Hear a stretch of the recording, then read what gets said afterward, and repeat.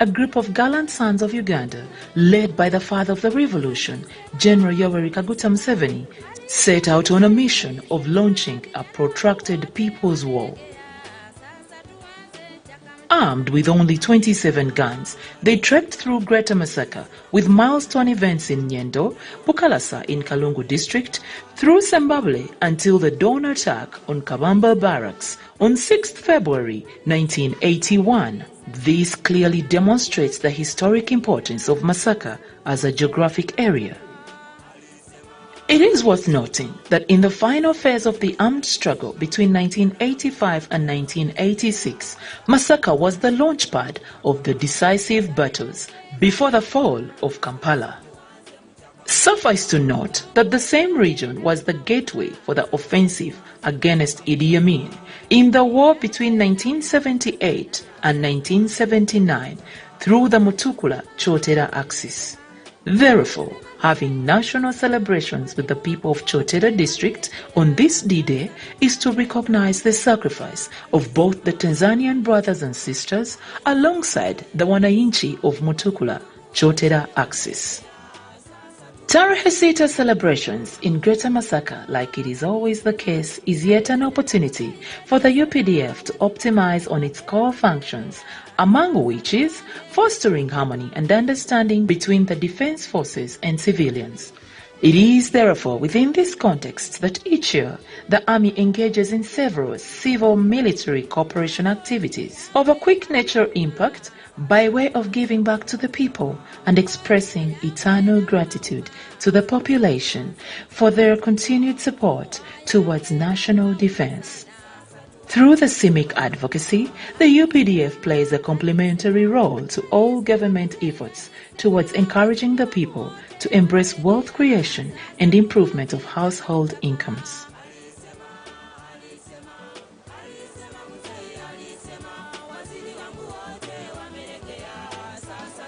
Jaja Wabazukulu, His Excellency General Yoweri Kaguta Museveni, the father of the nation, promised to secure the future of the Republic of Uganda. We have watched him deliver every day, especially the mighty victorious UPDF, pacifying the whole country by intensifying counter-terrorism operations focused on combating activities of ADF and Al-Shabaab and their regional and international affiliates, maintaining a proactive posture of zonal and operational deployments to deal with their threats, conducting preventive and disruptive operations to deny terrorists cross-border infiltrations and freedom of action in the country, and implementation of the Presidential Executive Order No. 3 on disarmament and related security measures in Karamoja aimed at curbing insecurity in the region. Operation Usalama kwa Wote has qualitatively arrested the insecurities in the region. All national borders are secure, save for the northern and western borderlines, which continue to experience spillover effects from activities of negative armed groups in southern Sudan and eastern DRC since July 2021.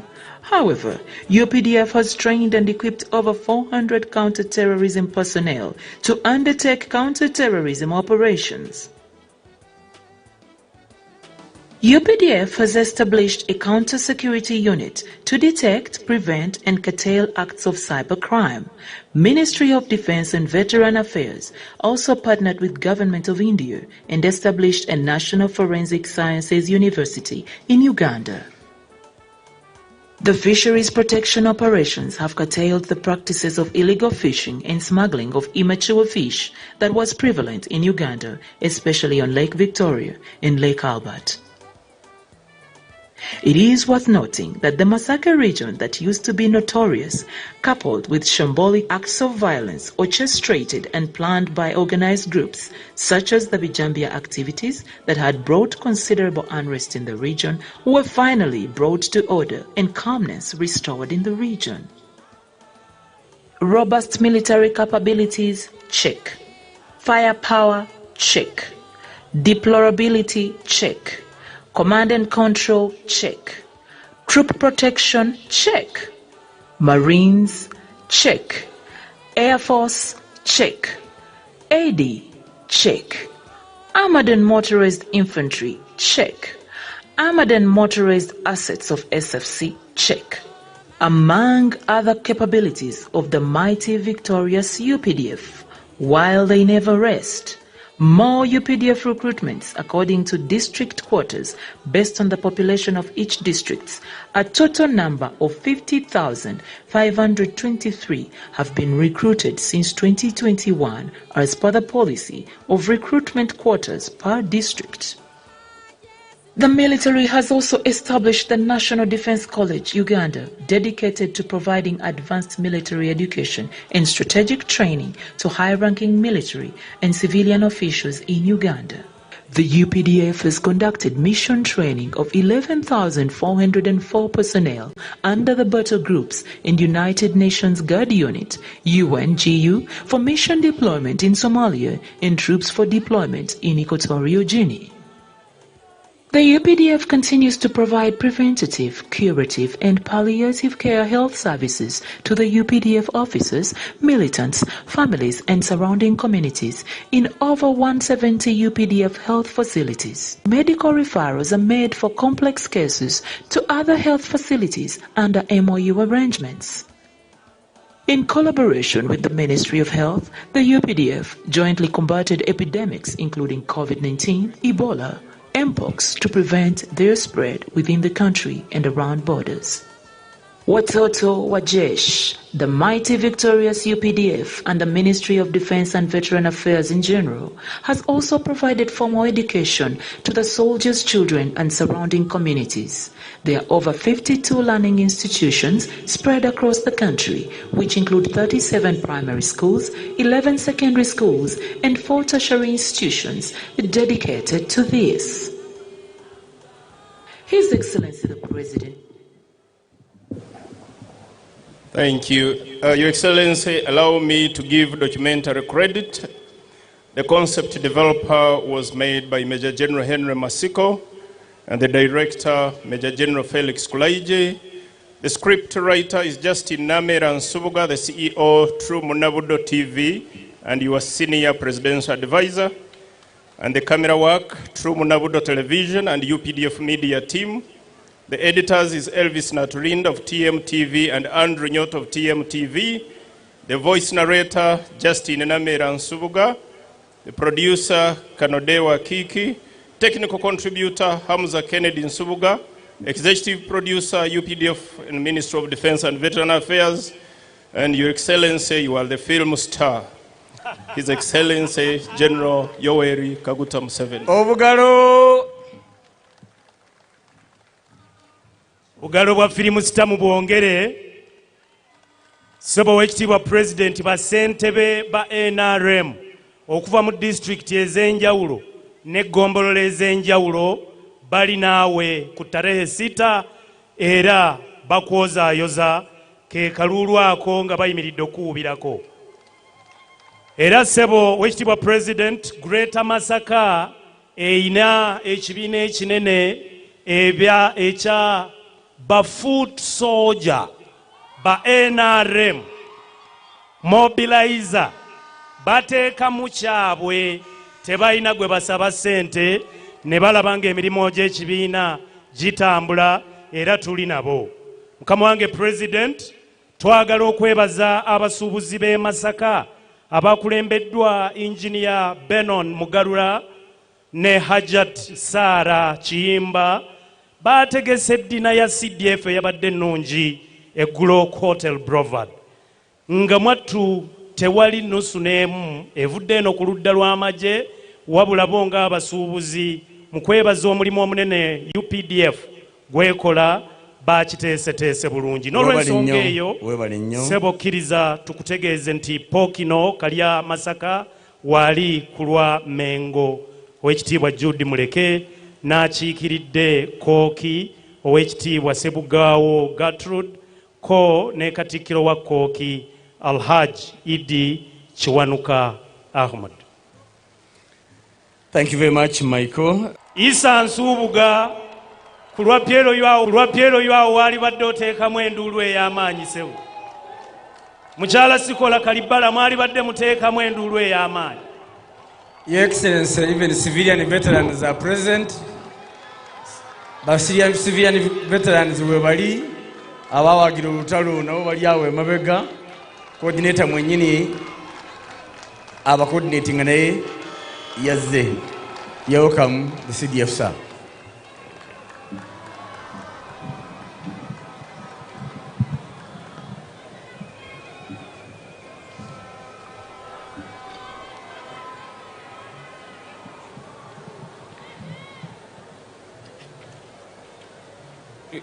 Your Excellency, the President of the Republic of Uganda and the Commander-in-Chief of the UPDF, General Retired Museveni, Mama Janet Museveni, First Lady of Uganda and Minister of Education, the Vice President, the Vice Chairman of the NRM, the Minister of Defense and Veteran Affairs, Cabinet Ministers, Members of Parliament, members of the High Command of the UPDF, general officers, senior officers, the IGP, the Deputy Commissioner General of Prisons,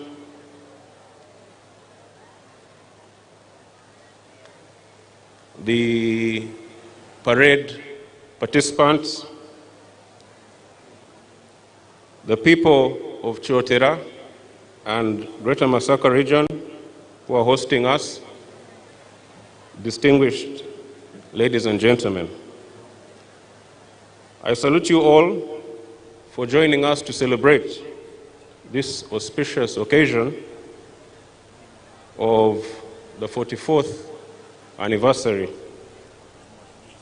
of Tarehe Sita, the day the liberation struggle against dictatorship in this country was launched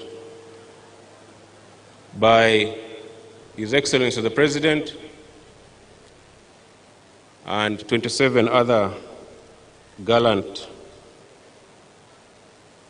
fighters.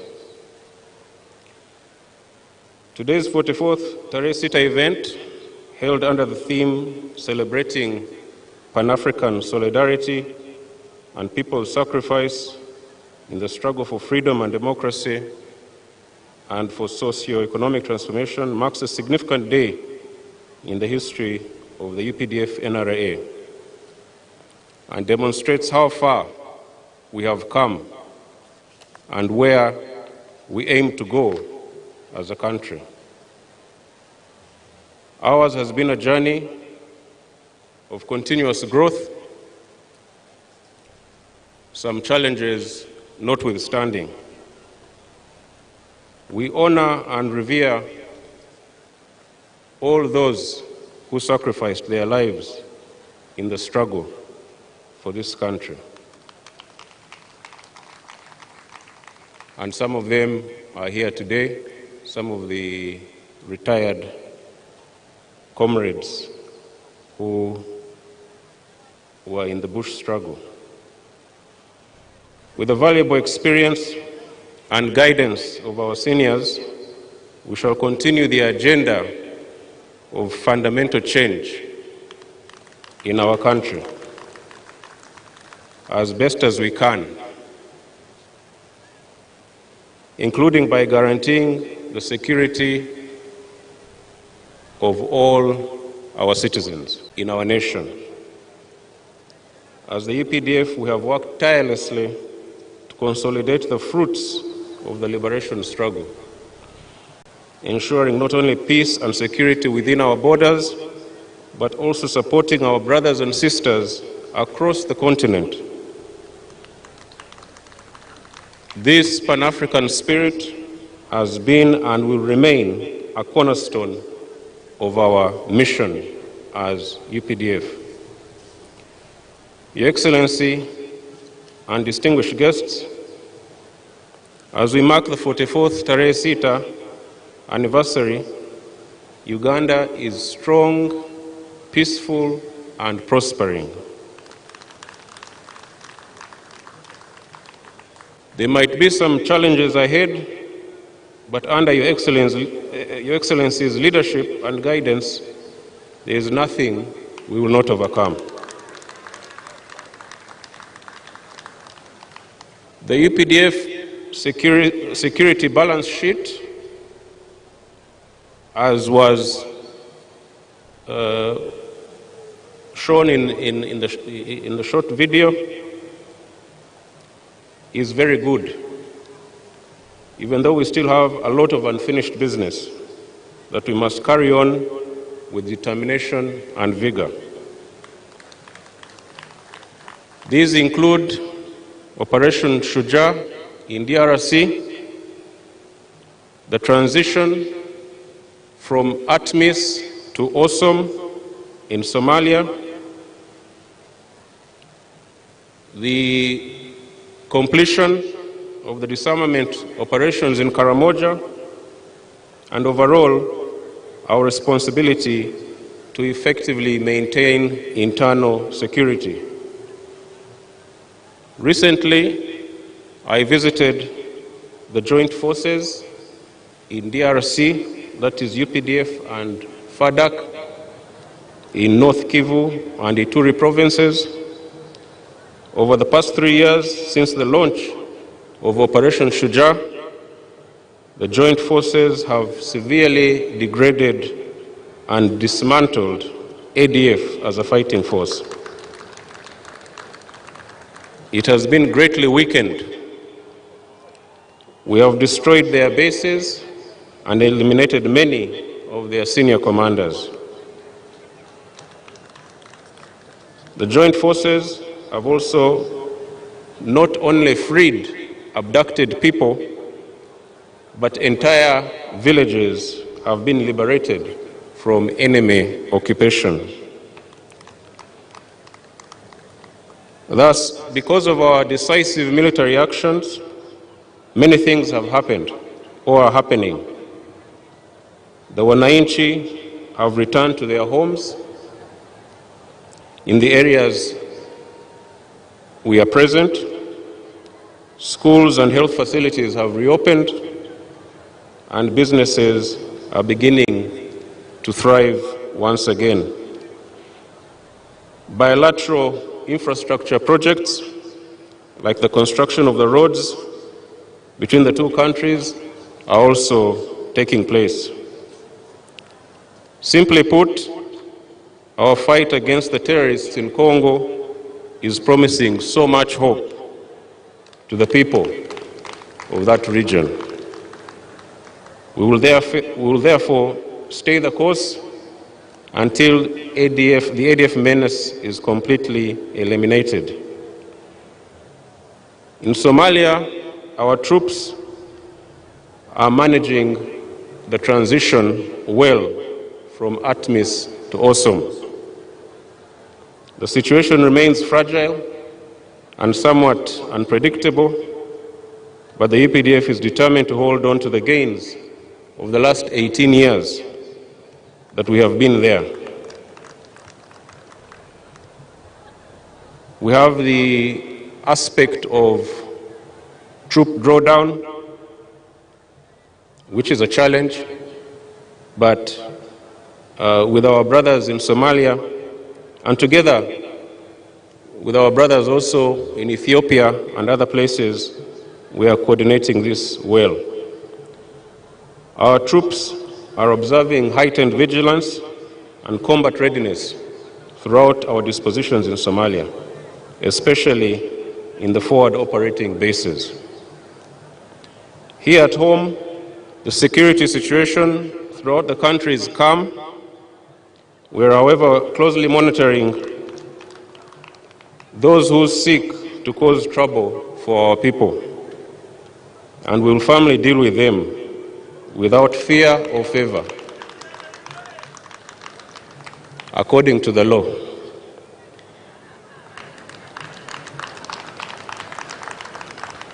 This year will be a political campaign season. We will also be on the lookout for saboteurs, both within and without. The intelligence services are working overtime to make sure that we are aware of all the evil plans of some of these people. Your Excellency, the situation in Karamoja is encouraging. Relative calm has returned to most of the region, and tourism is also returning. We have eliminated or arrested most of the hardcore criminals who were disturbing the peace in the community within Karamoja and the neighboring communities. Our major task now is to make sure that the Karachuna warriors never rearm again. We also have some small border demarcation issues with our brothers in South Sudan, but this is being addressed at high levels. And if need be, technical teams from both countries can physically demarcate and reopen the international boundaries. Otherwise, the lethality of the UPDF is constantly getting better, and we are ready to employ the full extent of our capabilities and military power to overcome any adversary and to achieve the full realization of national development objectives. Your Excellency, as we celebrate this year's Tarehe Sita, there are certain challenges that are being directed at the ability of the UPDF to maintain its combat effectiveness, professionalism, and discipline that our military has been known for around the world. Last week, we were shocked to receive a judgment from the Supreme Court that in effect holds all trials conducted by military courts. The UPDF and its predecessor, the NRA, which we both honor today, provided the lasting solution to the tyranny, killings, and lawlessness that for so long had plagued Uganda. The UPDF, without doubt, remains the foundation upon which democracy and socio-economic transformation can be realized in our country. Your Excellency, the historical mission of the UPDF, which predates the laws being debated today, could not have been achieved without a highly disciplined force.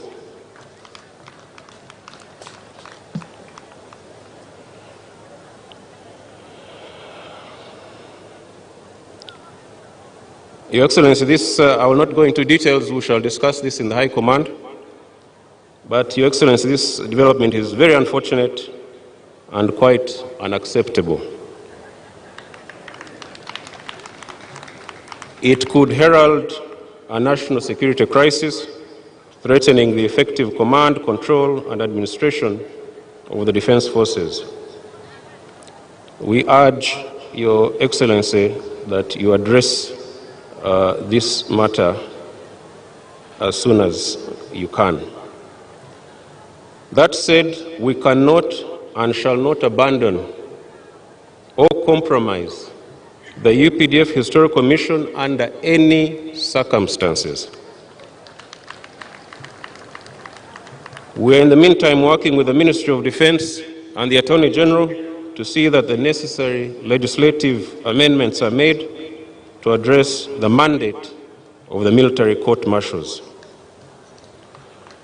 Your Excellency, despite some of these emerging challenges and the other old ones, such as corruption and misappropriation of resources, some progress is being made. Since our appointment, the new team in March of last year, we have been steadfast in addressing these issues. Our resources are being utilized more effectively, ensuring value for every shilling spent on the needs of our forces. I am delighted to report that the construction of our new headquarters is progressing as planned.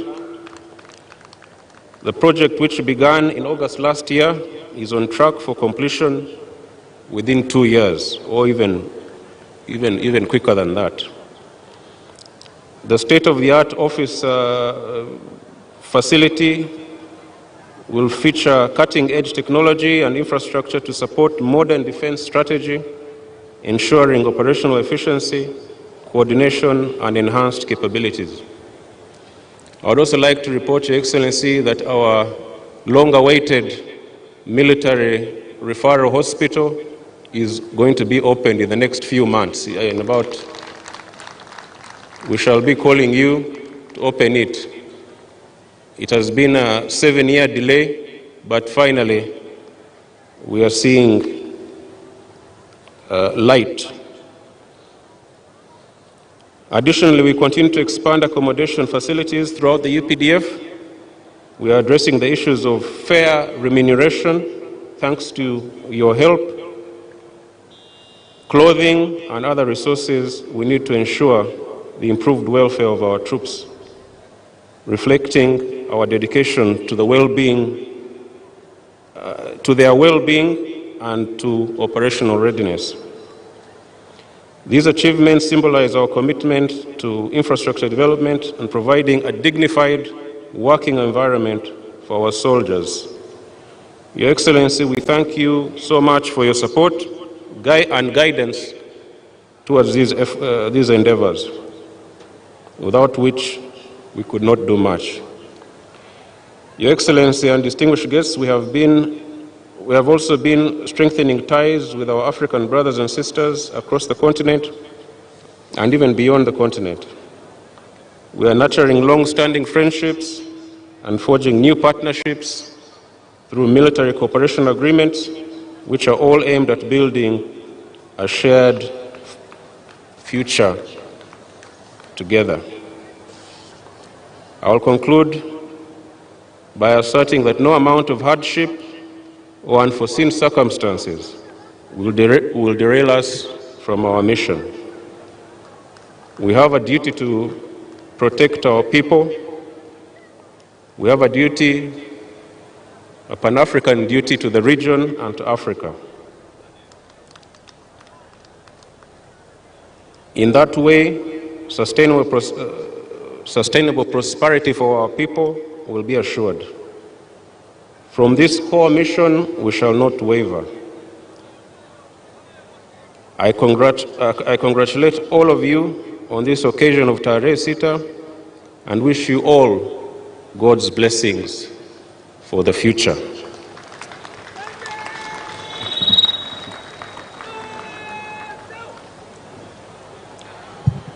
UPDF, hurrah!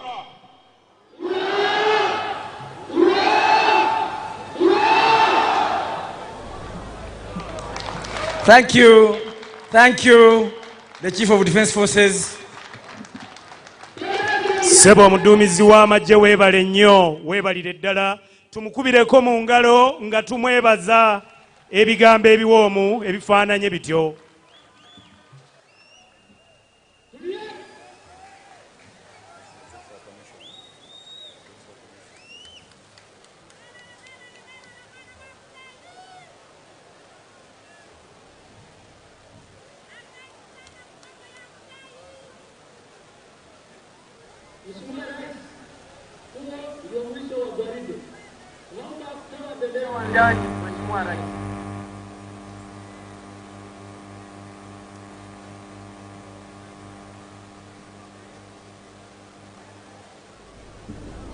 Your Excellency, as the parade marches off, Sebo wekitiibwa President nga ennyiriri ziva mu kasana kano. once the parade commander issues his orders, my colleague will translate the CDF's speech.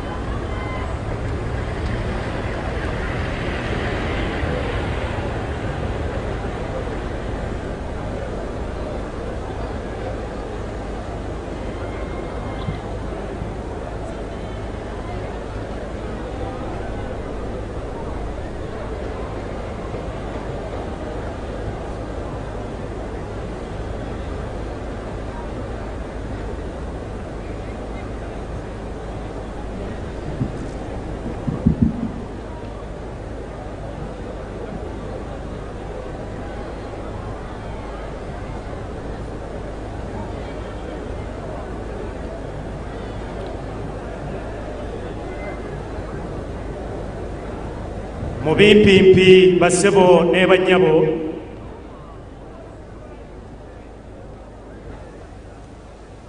omuduumizi w'amagye ategeezezza nti nga tujaguza emyaka gino 44 titujaguza bujaguza naye n'okujjukira obulamu bwa bannayuganda abaayiwawo omubiri ng'enjogera ya luno okulaba nga gwe wamma tufuna emirembe gye tweyagaliramu abamu ku bo nga bakyaliwo era beebazizza kyansusso atutegeezezza nti nga UPDF ejja kwongera mu maaso ebyo ebigendererwa ebyatandisa olutalo olwo olw'okununula Uganda okuva mu ntata gye twalimu. Ebyo byonna nga bikolebwa atutegeezezza nti nze naawe nga bannansi ba Uganda ffe tuli ku mwanjo ddala nga buli kimu kikolebwa kubanga enkulaakulana yange naawe basebo ne bannyabo yenkulu okulaba nga obulamu bwaffe bwe wamma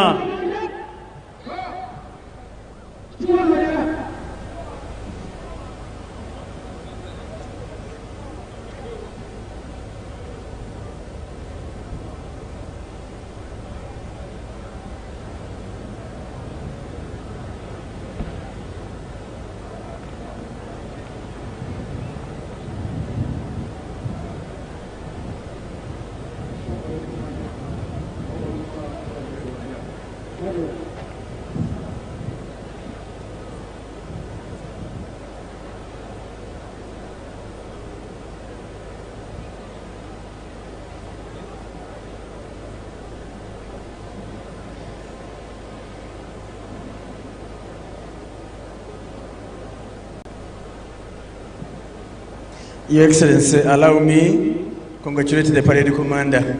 Sebo ekitiibwa President nzikiriza njozeeyoze akulembeddemu parade.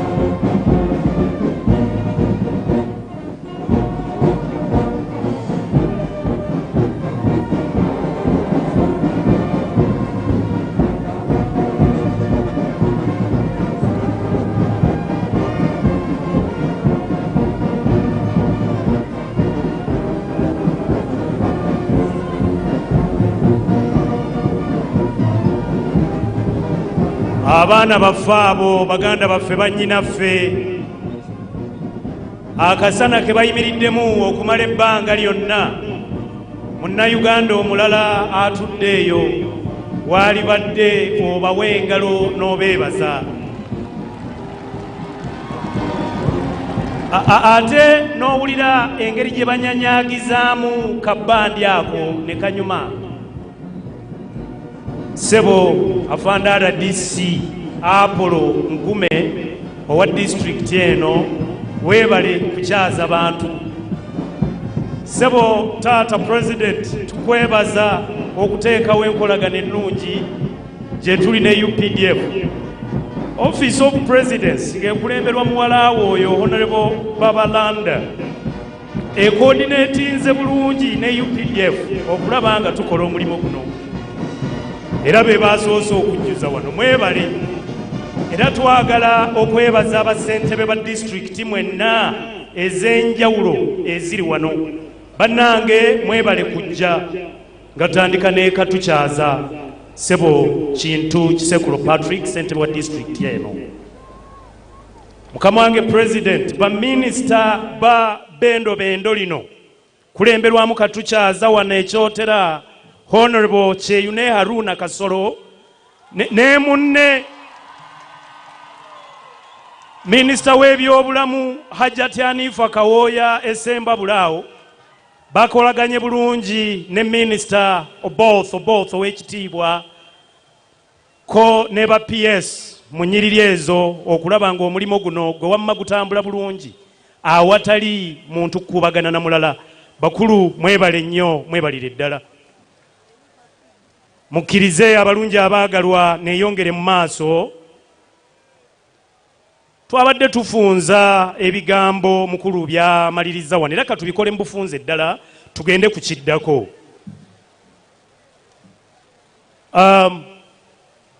CDF ategeezezza nti omwoyo gw'obumu bwa Africa Pan-Africanism mukulu nnyo nga UPDF ekola emirimu gyayo era buli ggwanga erikola Africa tulitwala nga tundu ku Uganda tetuyina kitwawula ng'Abafirika era awadde obweyamo nti ekyo kinaagenda mu maaso awatali kutaataganyizibwa kwonna ategeezezza nti olwaleero we twogerera Uganda ya ddembe era ng'etaddewo embeera buli musuubuzi na buli mulambuzi okuba nga asobola okukolera wano omulimu nga ggwe wamma talina kimulobera ategeezezza nti ebisoomoozo tebibulawo era nga naawe ewuwo bwe guli naye awadde obweyamo nti nga tukulemberwamu omusajja eyafuna okwolesebwa emyaka egyo egyayita ng'okwolesebwa okwo nakaakano akyakutambulirako omukulembeze atalabika Jeno Yoweri Kaguta Museveni jjajja byonna bijja kutuukirizibwa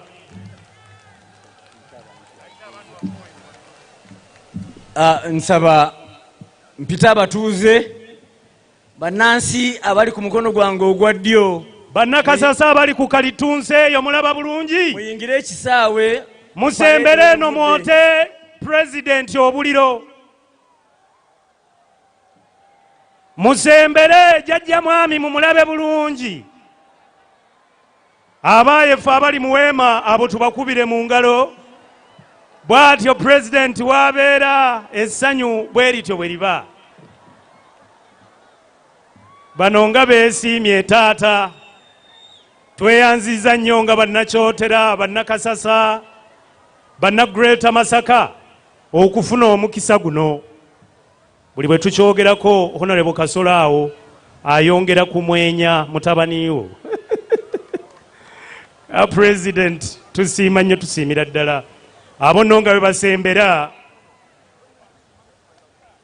tugenda kutemamu bino byokka nti awadde okwewaayo n'okweyama okungi nti eggye lino okusinziira ku mirimu egikoleddwa mu mawanga agatuliraanye okugeza nga DRC, Ethiopia, Somalia, tukolaganye bulungi nabo okulaba nga tulwanyisa bakali butemu ab'ekyeja abatujju ababadde beeswanta emyaka egiwedde okubanga batumalako emirembe.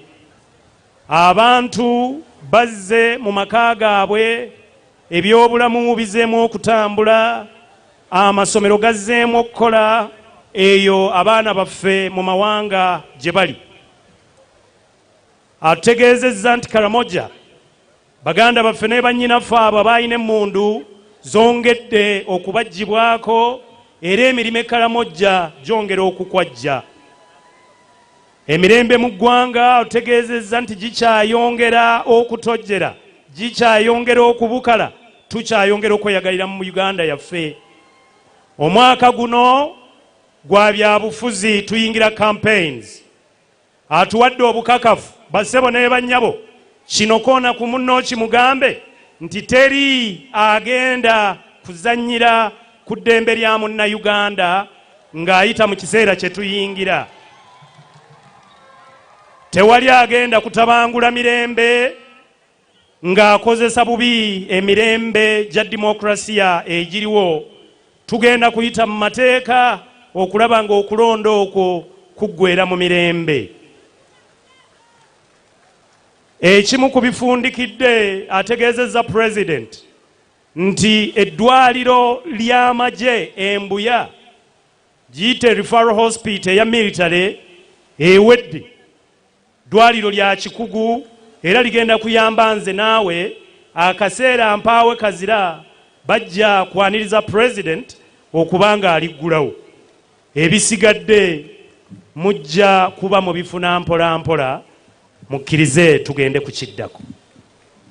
Webale nnyo, naye rifaalo kitegeeza ki oba mu Luganda? Rifaalo sebo pokino. Rifaalo yaani? Oyinza okubuuza ku munywanyi wo Omusumba Fred Sekyewa owa Celebrate Hope Coffee. Naye era rifaalo Kiganda wazibwe sebo pokino. Kasita g'ojulidde mwami wa Ssaabasajja. Distinguished guests, ladies and gentlemen, bassebo ne bannyabo ab'ebitiibwa, as we transit from the phase of the parade, nga tuva ku kawaayiro ako ke tulabiddemu parade ennyiriri ezo era ne zivaawo, that has been concluded with the promise and pledge of the CDF, amazima ennyiriri zifundikiddwa sebo viika n'ebigambo ebirungi okuva eri omuduumizi w'amagye. Peace and stability must tusuubiziddwa emirembe n'obukkakkamu. And indeed, no stone will be left unturned. Wattu twagala okubakakasa nti kakabeere kamunyeera tekajja kwetantala kukyusa mirembe gyawa.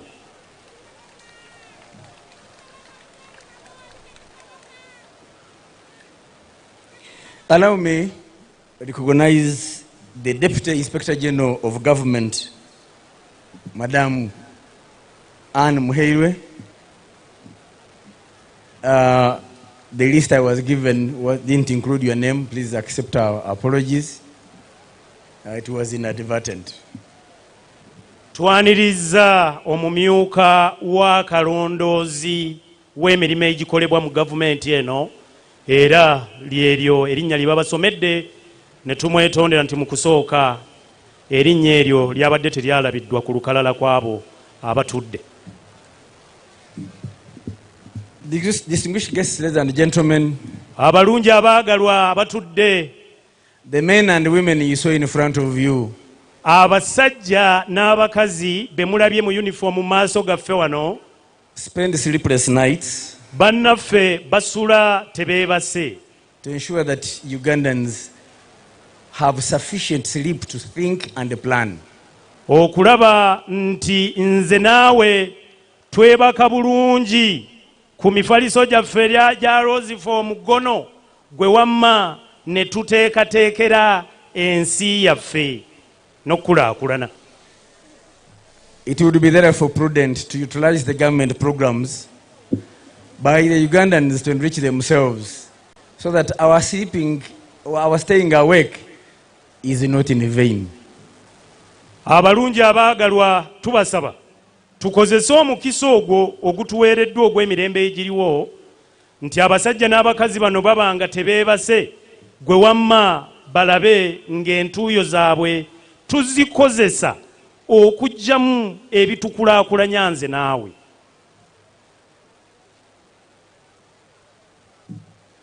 As we prepare to invite the Honourable Minister of Defence and Veteran Affairs, who I will request he recognizes his colleagues and the members of Parliament, and then he will invite His Excellency the President and the Commander-in-Chief. Bannayuganda gye muli mutulage ku ssanyu President amanye nti gye tuli eyo.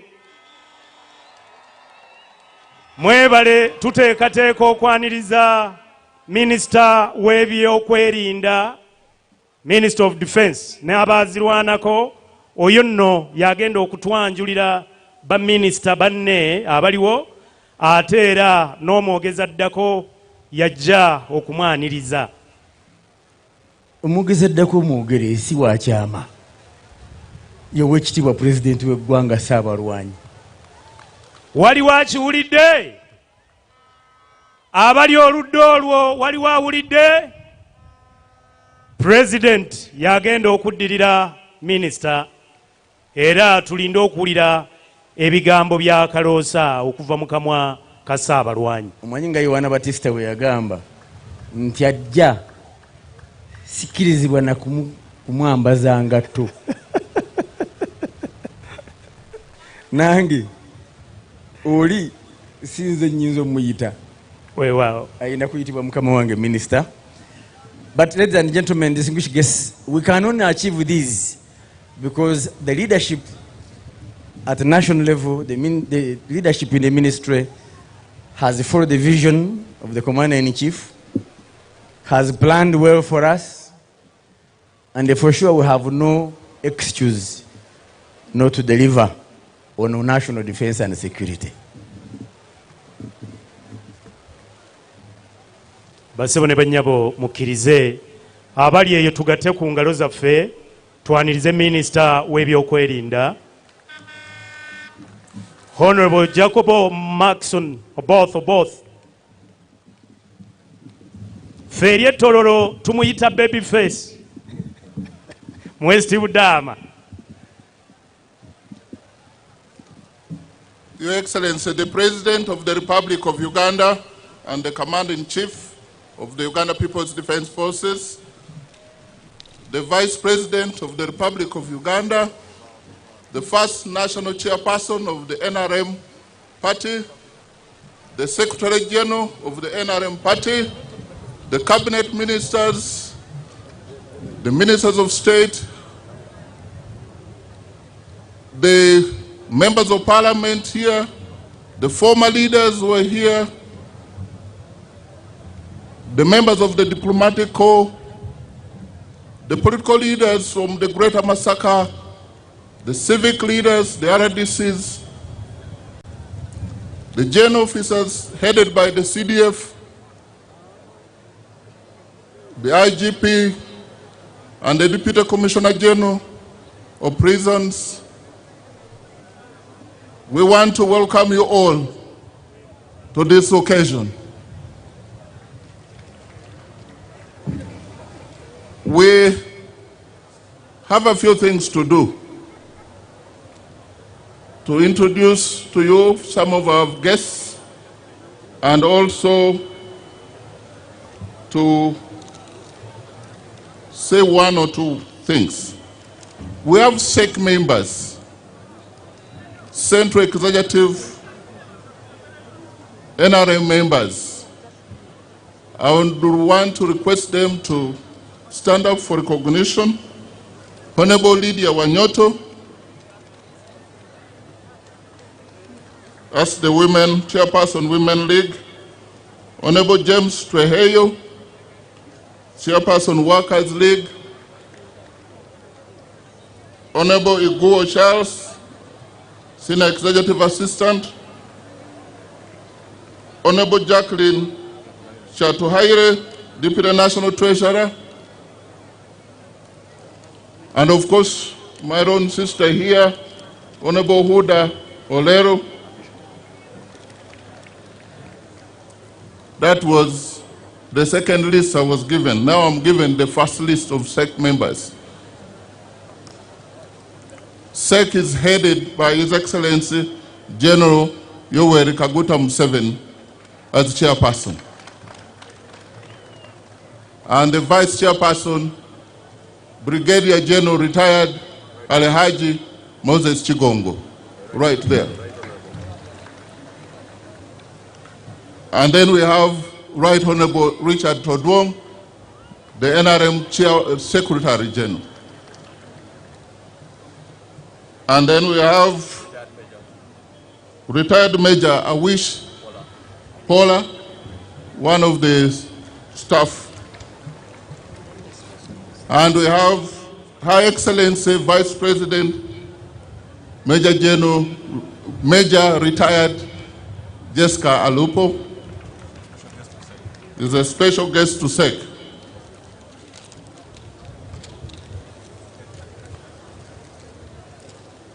Ladies and gentlemen, today we have, this occasion has been graced by Her Excellency the Vice President, whom, please put your hands together for the Vice President. We have Honorable Mire Babide Babalanda, Minister in charge of Presidency. We have Honorable Dr. Canon, Le Canon, Ruth Nankabirwa, Minister of Energy. We have Honorable Hajat Minsa Kavanda, Minister for Kampala City Authority and Metropolitan. We have Honorable Dr. Monica Musenero, Science, Technology, Innovations. And we have Honorable Alice Kaboyo, Minister of State in charge of Luero, Rwenzori, OPM. We have Honorable Anifa Kawoya, General Duties, Minister of Health. We have Honorable General Mbadi Mbasu Wilson, Minister of State Trade. We have Honorable Huda, of course, Minister of State in charge of Veteran Affairs. We have Honorable Cheyune Kasolo Aruna, our host, our host, the Minister of Miyoga, Microfinance. Honorable Grace Mary Mugasa, Minister of State Public Service. Honorable Rose Lily Akelo, Minister of State Ethics and Integrity.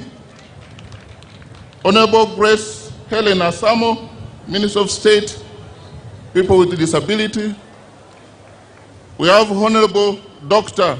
Balam Barugahara, the Minister of State for Young People. We have Honorable Kabyanga Baruku Godfrey, the Minister of State for ICT, National Guidance. We have Honorable Biamuka Mafred, Minister of State for Transport, the Minister of Works.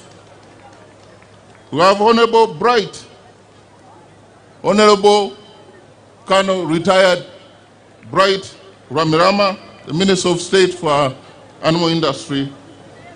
We have Honorable Dr. Sam Mayanja, Minister of State, Lands. We have Honorable Namuyangu Jennifer Omukedi, OPM, Minister of State in charge of Bunyoro. We have Honorable Aisha Sekindi, Minister of State for Water. Then, of course, Your Excellency, we have your daughter, the Deputy IGG, and Muhoozi. We have former leaders, the former Prime Minister, Right Honorable Kintu Musoke, with us here. We have Honorable Vincent Sempi Jabamurangachi, former Minister of Defense. Musaya Bamurangira Bwerere. We have the RDCs, and I want the RDCs, Your Excellency, to stand up again. They are this side. If possible, I want them to come out here. The RDCs and all the presidential advisors who are this side. The RDCs, RCCs, and their deputies. These people have given us a lot of support in the districts that have been mentioned in Greater Masaka. They did a wonderful job. Thank you, the RDCs and RCC, and deputy RCCs, and the deputy RDCs, and assistant RDCs. Thank you very much. Baba weko bugalo, mwakoze bulungi nnyo, mwebale nnyo. The RDC of Chotera himself is here, Mr. Tugume, the host. He's a wonderful gentleman. The LOC5 of the region, especially headed by the host chairman, Honorable Chintu, is a magnet man. When you put the two together, Honorable Chintu and Honorable Kasolo, there's magic in Chotera. Thank you very much.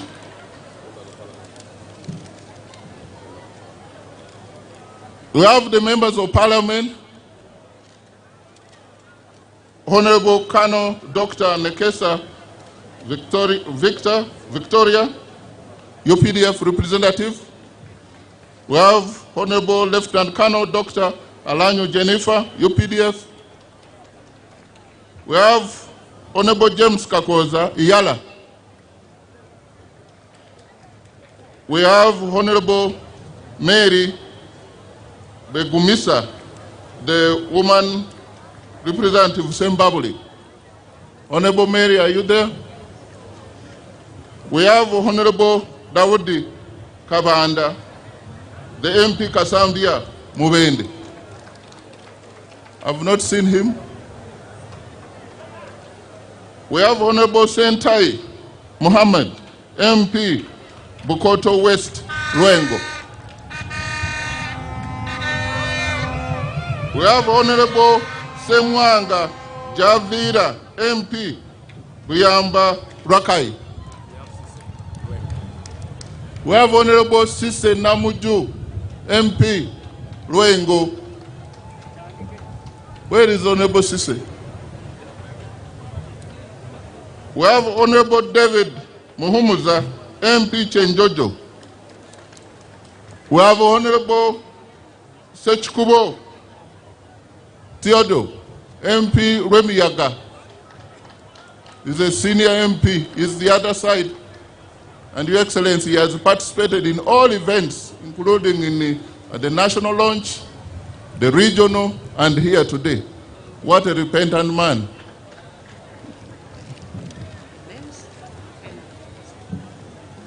Your Excellency, we have your special guests and friends from the United States of America who are here, invited by yourself, and I want them led by Mr. Timothy Senyonga.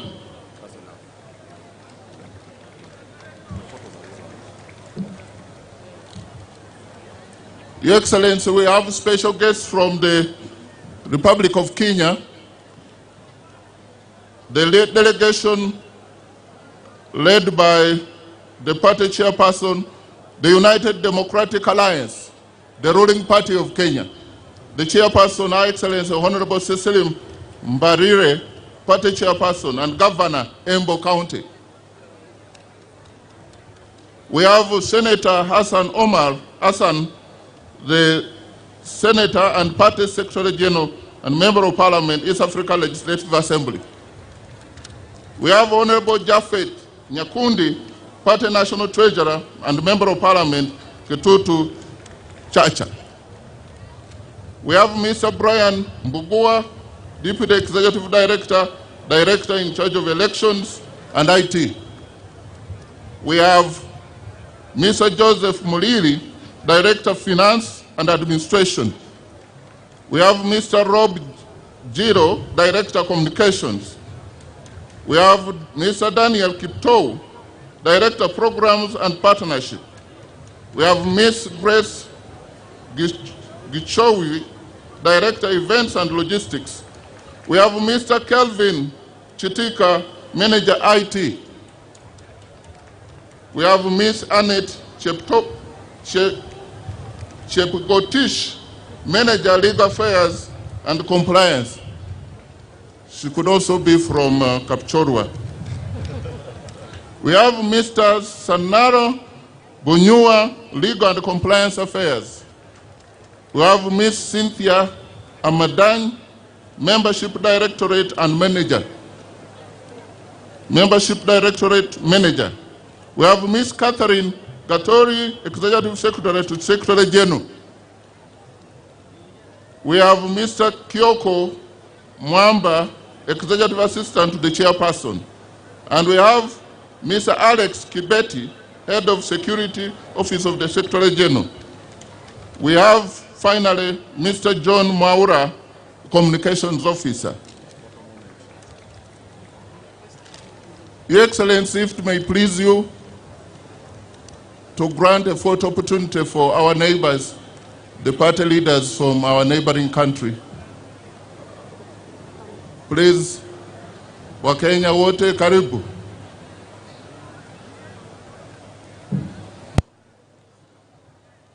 Put your hands together again, make the Kenyan brothers and sisters welcome.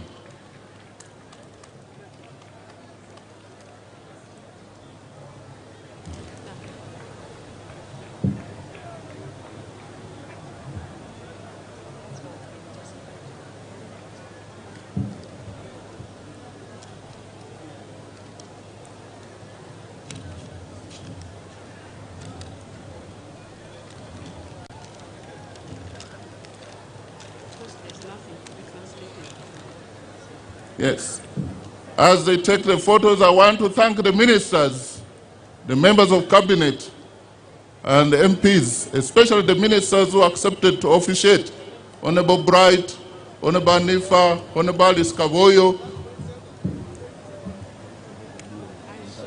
and all the ministers who participated. You showed us love, and we are committed. And Honorable Kasoro, thank you for hosting us.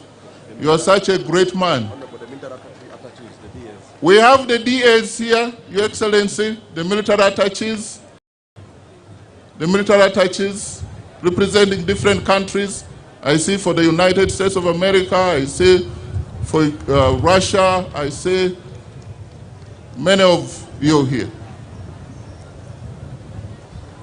The religious leaders, you've been introduced. Your Excellency, after listening to Joint Staff Political Commissariat and then the CDF nailing it, Your Excellency, us as political leaders in the ministry, we work closely with the leadership of the army. And we want to thank the CDF for the very kind words and remarks you've made. Ugandans are comforted that this country has the CDF and who is in charge. The only thing I would say, all of us should guard and protect the achievements of the NRM without fear or favor. The propagandists are ready to downplay what the 44 years means to us. Your Excellency, you sacrificed with your few friends We could not see what is happening now in Uganda if it was not for that sacrifice 44 years today. You took the risk to stage an armed struggle with less equipment. And now the CDF said our capability as a country has been enhanced. So Ugandans, we should stay put and safeguard what God has given us. Let's protect at whatever cost. Your Excellency, I want to take this opportunity to now invite you to speak to a very waiting audience. Basebo ne banyabo tusaba tulage okwagala kwa Ferry President wuyo ajja okwogerako gye tuli. Era katusabe Honorable Cheyune Haruna Kasolo okubanga ajja ku muzindaalo okuvuunula Oweekitiibwa President ng'agenda okwogerako gye tuli. Akalulu n'engalo biriwa. Bannabuddu essanyu eryaffe erya bulijjo liriwa. Bannakyotera.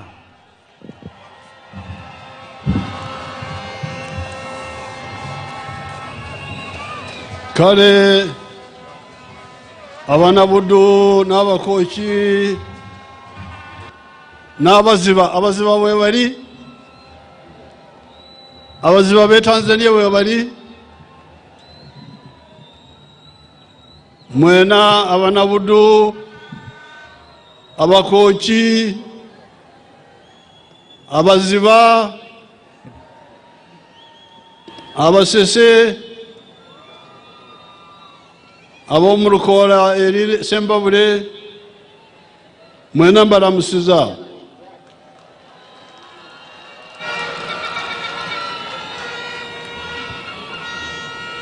Her Excellency the Vice President, Achusa Oweekitiibwa Vice President, all the other state, party, cultural and religious leaders, wamu n'abakulembeze abalala bonna, abakulembeze aba eggwanga Uganda, abakulembeze ab'ebyobufuzi, bannaddiini, ab'ebyobuwangwa n'abakulembeze abalala mwenna. The CDF and the leaders of the army, Omulumizi w'amagye n'abakulembeze b'amagye, and ladies and gentlemen, abaami n'abakyala mwenna. I congratulate Ugandans on the 44th anniversary of Tarehe Sita, when the NRA attacked Kabamba in 1981. Njozayoza amagye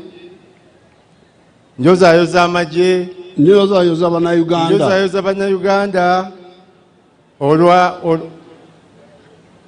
olw'ekijaguzo kino eky'emyaka 40 ng'amagye gaffe gayozaayoza okuva lugaleeta emirembe nga gawamba Kabamba, galumba Kabamba.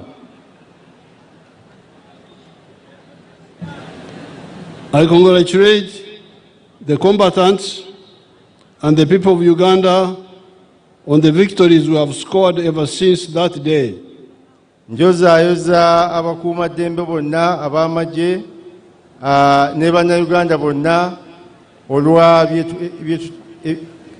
olw'obuwanguzi bwe tutuuseeko okuva olw'okutuuka olunaku lwa leero. We thank God for these victories. Twebaza Katonda olwa byonna bye tutuuseeko. The National Resistance Army from the beginning was fighting for certain philosophical, ideological and strategic principles and targets. Eggye lyaffe okuva mu ntandikwa lyalwanirira nnyo ebigendererwa, endowooza n'entegeka.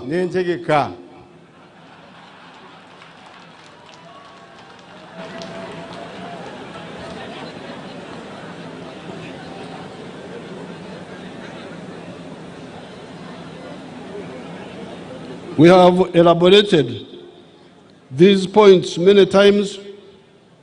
Ensonga zonna nzize nga nzogerako mu bujjuvu bwazo. And we do not have time and space to repeat those points here. Era tetulina budde kuzinnyonnyola era kuziddamu mu kaseera ka leero.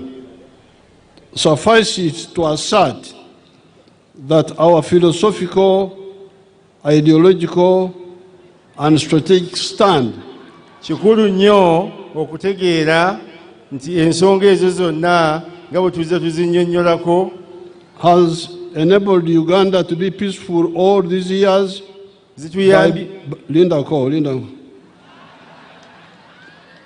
Has enabled Uganda to be peaceful all these years by building a strong army and other state institutions, expanding education and health services, and other health services, modernizing infrastructure, electricity, roads, water, telephone services, internet, ensuring freedom of speech and worship, and emphasizing Pan-Africanism through regional and continental political and economic integration. Kati kyengamba wano kiri nti ku lw'endowooza yaffe eri gye twatandika nayo kisobozesa Uganda mu myaka gino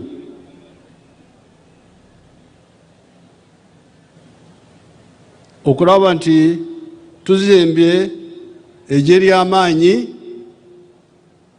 n'ebitongole bya gavumenti ebirala ebimanyi ekyokukola, ne tugaziya ebyobuyigirize, ebyobulamu ne birongokamu, ne tutumbula infrastructure ng'enguudo n'amasanyalaze n'amasimu, ate ne tuleeta eddembe ly'omuntu okwogera ky'ayagala n'okusinza nga bw'ayagala. That was the summary in that one. President mumukubire mu ngalo olw'ensonga ezo zonna ze tutuuseeko nga bw'azibambise mu kwogerako. But I need to apologize to the people of this area. This area we used to call it Kibumbiro, this area. Naye ntwala omukisa guno okwetondera abantu b'ekitundu kino. Ekitundu kino twakiyitanga Kibumbiro. Up to the Kajara River, which is in Tanzania. Okuva ekitundu kino kyonna okutuukira ddala Kajara River ekiri mu Tanzania. We have done many roads in Uganda. Tukoze enguudo nnyingi mu Uganda. But the people in the planning ministry had made some mistakes. Naye abantu mu ministry ye finance ne planning badde bakolamu ensobi. Even works. Ne ministry y'ebyenguudo n'emirimu. They build new roads and forget old ones. Badde bazimba enguudo empya ne baba nga beerabira enkadde. Nga beerabira enguudo zaffe enkadde. That's how this road from Masaka to Mutukula deteriorated until they came in when it was a bit late. Kyobola abantu oluguudo baffe okuva e Masaka okutuuka e Mutukula lwaseebengerera mpaka lubazze okulukola nga lumaze okuggwa ku mpagala. We have now told them very clearly that consolidate the old roads before you add the new ones. Katumaze okubalambika n'okubawa ebiragiro nti banyweze enguudo zaffe nga bakola ku nguudo zaffe zenkadde ate oluvannyuma banaakola ne ku mpya. But now this road from Masaka to Mutukula is not very long. I know it. It is 53 miles. Kaakati oluguudo okuva e Masaka okutuuka e Mutukula President alumanyi bulungi si luwanvu nnyo lulina mayiro 53.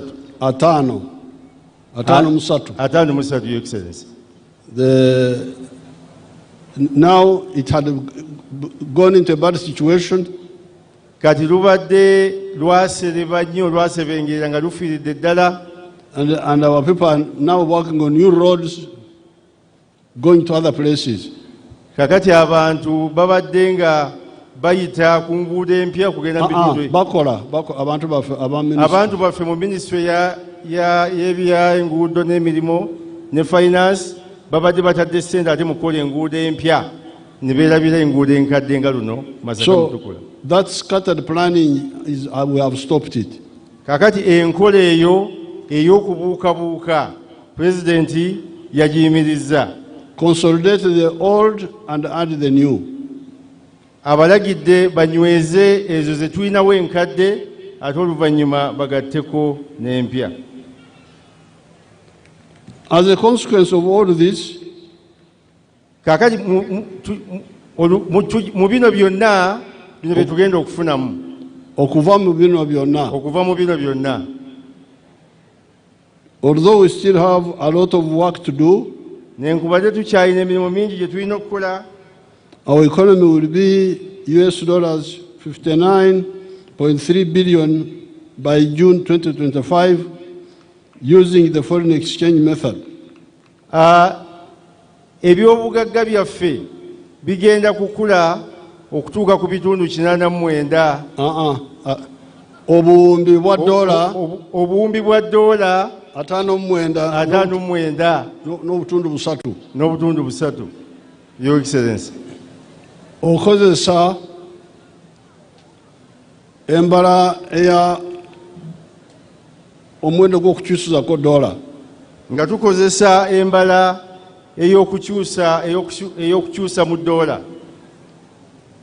The foreign exchange method. Gibayita exchange method. But 168.5 billion by the PPP method. By kati umanyi bano babala obugagga bw'ensi mu mirundi ebiri.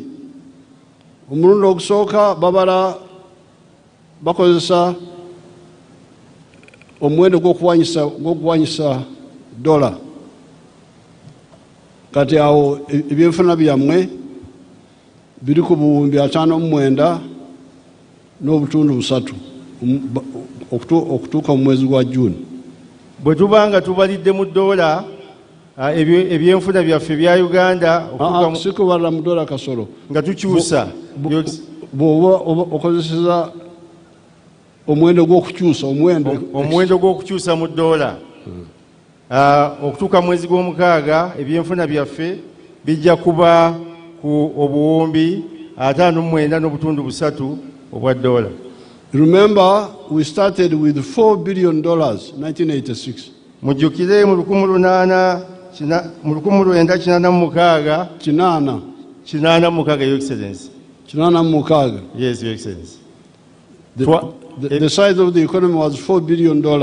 Ebyenfuna byaffe byali obuwumbi 4 naye olwaliro tuli ku buwumbi 59 n'obutundu busatu. But if you use the purchasing power parity, bw'okozesa embalirira ey'okutunula ku esente zino zisobola kugula ebintu byenkanawa. Bw'obanga tokozesa nkola eyekyusa mu dola n'okozesa embalirira, sente zino ze tufunye zisobola kugula bintu ki? Then the size is $168.5 billion. Ebyenfuna byaffe biri ku biliyoni 168. Obuwumbi 168 n'obutundu 5. Obuwumbi 168 n'obutundu 5. Thereafter, after June, kakati bwe tunaaba nga tumaliriza omwezi ogwo gw'omukaaga, our economy will grow by 7.3% without oil. Ebyenfuna byaffe bijja kukula okweyongerako ebitundu 7 n'obutundu 3 buli 100 naye ng'awo tetunaba kutunuulira ssente ze tunaba tujja mu oil. Without oil, our economy will be growing at about 7.3%. nga tetunnaba kubala bye tunajja mu oil waffe mukimanyi bulungi nti tunaatera omukwatako ebyenfuna byaffe bigenda kukula obutundu bigenda kukula obutundu 7 n'obutundu 3 buli 100 okuva mu June. Eyo speed ya waggulu ensi nyingi tezigisobola. Enkulaakulana eyo Uganda gyegenda okutuukako ya waggulu nnyo ya kizungirizi, amawanga amalala tegagisobola gituukako. Simanji agasobola gituukako. Now with oil, our rate of growth will go into double digits. Kakati bwetunaamala okufuna oil waffe, bwetunagyayo amafuta gaffe, ebyenfuna byaffe bigenda kukula nga bisoba mu 10. Very good. Kati awo omunabudu azze. Kati akwataganya olunabudu n'oluzungu.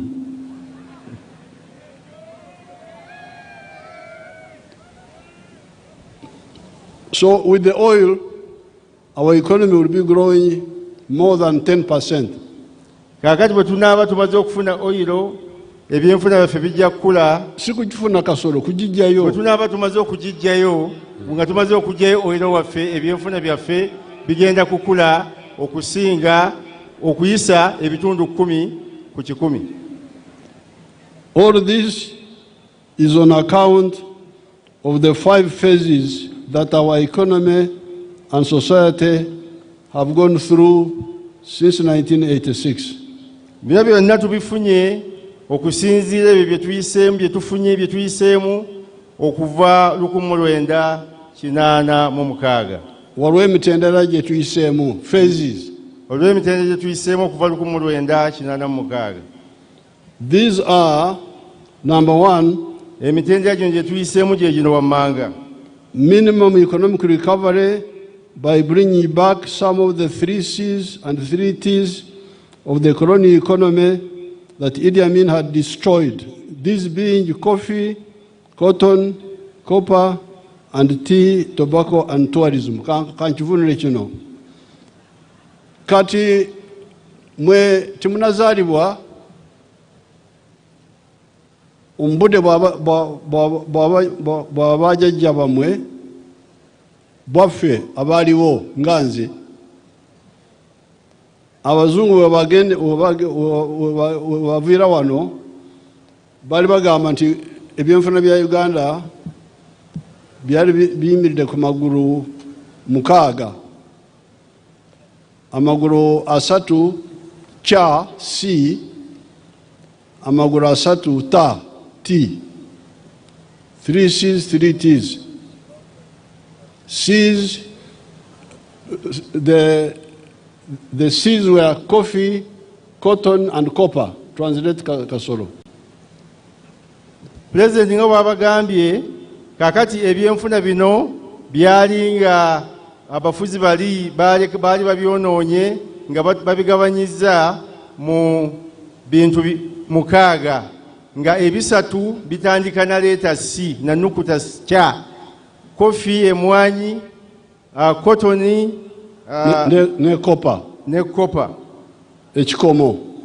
ekikomo wamu ne pamba, and coffee ne mwanyi.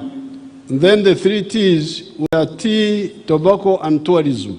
Kakati tea ta esatu nga mwemuli taba, tobacco, ate n'ebyobulambuzi, tourism, and chai n'amajani, tea. Now, so this is how the economy was before Amin came in.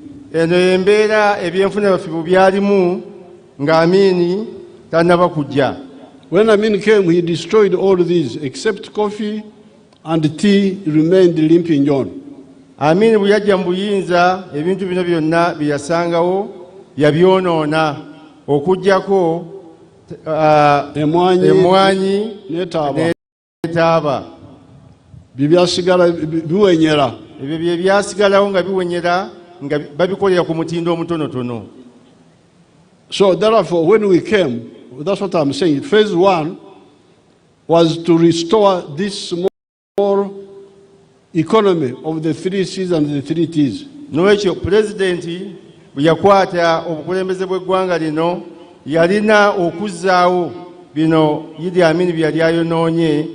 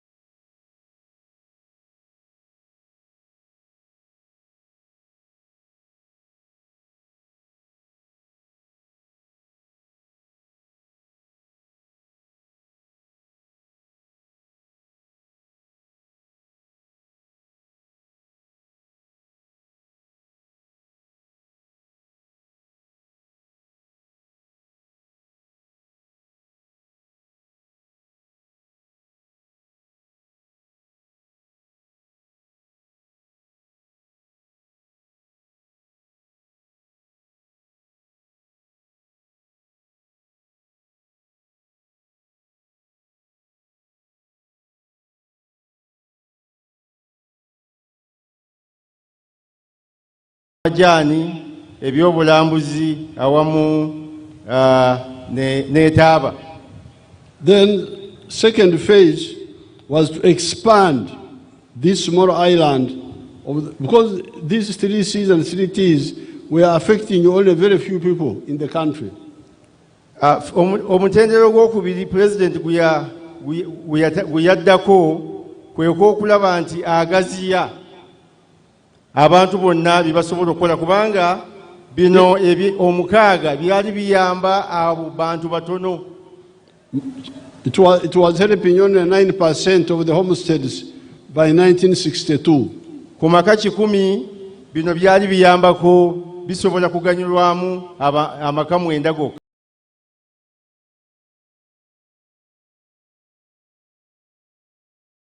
Mu mwaka gwa 1900 Nkaga mwebiri. Amaka 9 ku 10. Amaka 9 ku 10 yegali gaganyulwa mu taaba mu mwanyi ebyo mukaaga. Kati so now Amin had destroyed them. Naye Amini yali amaze okubijja okubisaanyaawo ng'aleseewo taaba ne mwanyi nga nabyo bimaze okusereba. So phase 1 was to bring back whatever we could bring back.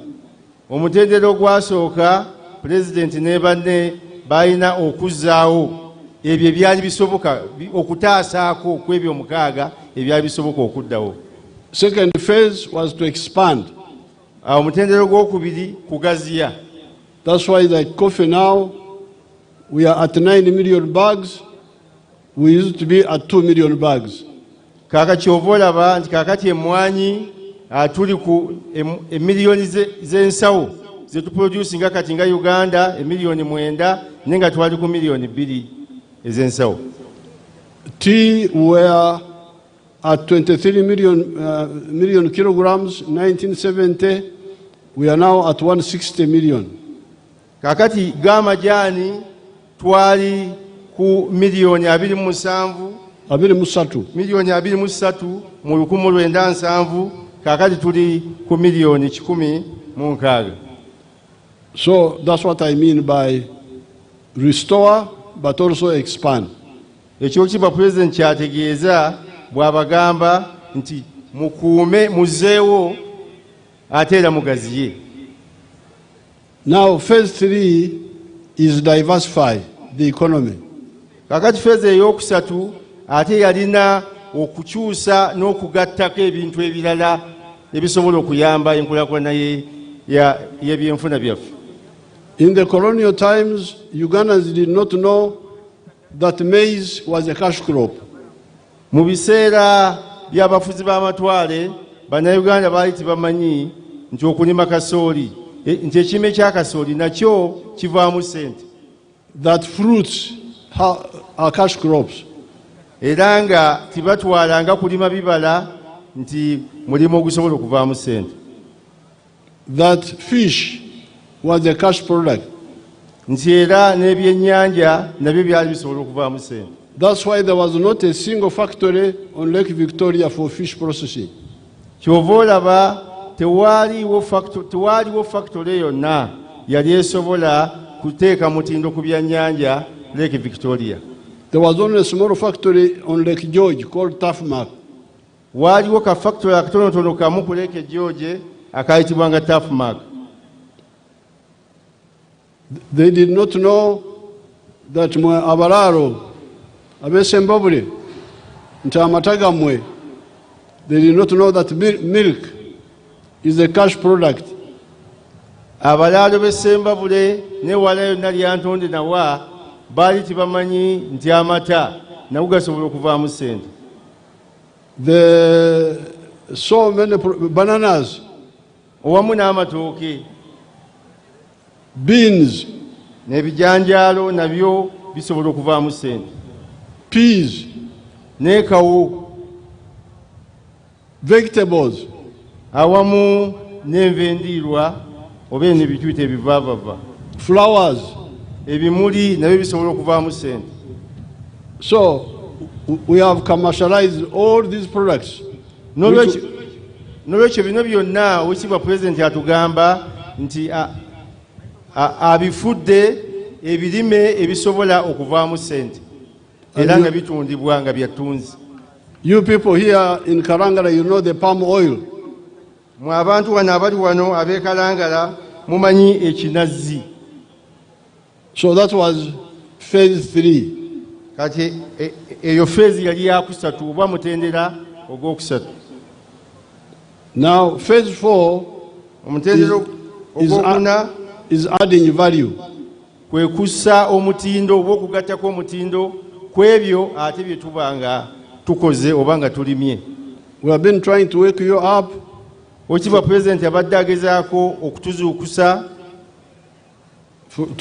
from selling. The best example would be to sell amabide, to sell beer making bananas without making beer yourself. Oweekitiibwa Pulezidenti abadde agezaako okutuzuukusa tuve mu kutunda ebintu nga tetubigaseeko mutindo. Ekyokulabirako kyabawa abalima embidde muleme okutunda embidde nga temuzikamudde kuziggyamu mwenge. Temuli kibalo gwe alimya amabidde okugaguza omuntu omulala yaba asogola omubisi yaba akola omwenge ate yaba akola kali akabatira ddala kali akumwongerako. Oweekitiibwa Pulezidenti agambye tekikola makulu era tekiviiramu ddala ssente gwe okulima embidde zo ate n'oziguza oli n'agenda n'azisogolamu omwenge ate ye n'agenda oluusi n'aggiramu ddala nakali kawalagi akatera okubatta. Kati abo bagambye nti oba olimya embidde zisogole ogyemu omwenge okole byonna ebyetaagisa ofune omugaso mu mabidde go. Ekyo mukiwulidde.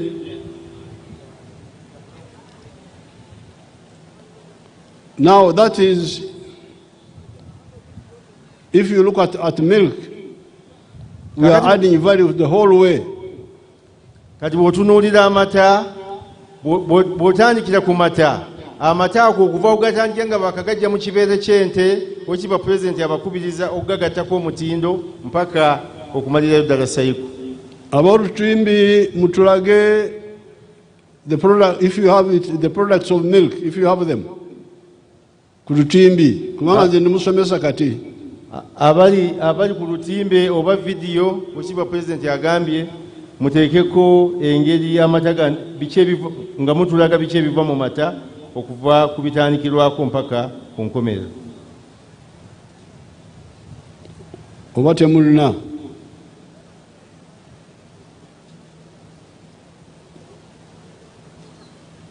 I want them to show the products of the milk, if they have them.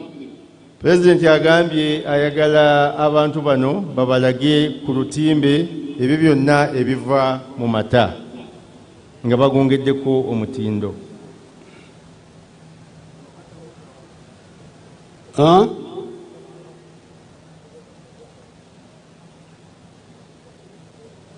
You get it. When you get it, you will show it to us. Kale mu kiseera kino bayinza okuba nti beetegese, President abalagidde bakanoonye bakafune, bwe banaakafuna bajja kumutegeeza basobole okukabalaga. They can also show us the cotton and the products from cotton. Basobola n'okutulaga pamba n'ebyo byonna ebiva mu pamba. They can also show us the products from timber, if they have those factories. Basobola n'okutulaga ebyo ebiva mu mbaawo singa baba balina obutambi obwo. That is phase 4. Kati eyo phase ey'okuna ey'okugattako omutindo. Adding value. Kugattako omutindo. Now phase 5. Kakati omutendero gw'okutaano. We have entered the knowledge economy. Kakati omutendera guno gw'okutaano tuzze tuli mu kiseera ekya kompyuta ekya digito. Ebyenfuna ebiva mu magezi g'aba science. Ebyenfuna ebiva mu bakagezi munnyu aba kompyuta aba science. You can see the Kira motors. Show us Kira motors if you have it. Abali ku ntimbe zino musobola okutulaga ebya Kira motors ne tulaba Kira motors bibakola. When you get them, show them to us. Bwe munaaba mweteesiteese bulungi mujja kubitulaga. The vaccines. Eddagala erigema endwadde ez'enjawulo. Our scientists have discovered the vaccine against ticks. Bannasayansi bazudde eddagala erisobola okugema ebisolo ne bitakwatibwa ne bitalumibwa nkwa. We are going to commission it very soon. Era ekkolero lino oba eddagala lino weekitiibwa pulezidenti agenda kulitongoza mu kiseera ekitali kyawala. This was by NARO, our NARO group. Okunoonyereza kuno n'okuvumbula kuno kwakolebwa ekitongole kyaffe ekya NARO ekyagwekaliki. But also some scientists. Naye nga beegattidde wamu ne bannasayansi abamu. No, separately. Ne bannasayansi abamu nabo bagezezzaako okukola ekintu kyekimu. Then our people in Busitama University. Kakati n'abantu baffe mu Busitama University have discovered a medicine which can cure corona. Nabo bavumbudde eddagala erisobola okuwonya obulwadde buno obwa COVID-19. Senyiga omukambwe. They can cure influenza. Era basobola bulungi eddagala eryo lisobola bulungi n'okuwonya senyiga ono ffe gwe twakazaako senyiga w'enkoko. And also other viruses. Ate era n'endwadde endala ezireetebwa obubuuka obutalabika butasobola kulaba na maaso go.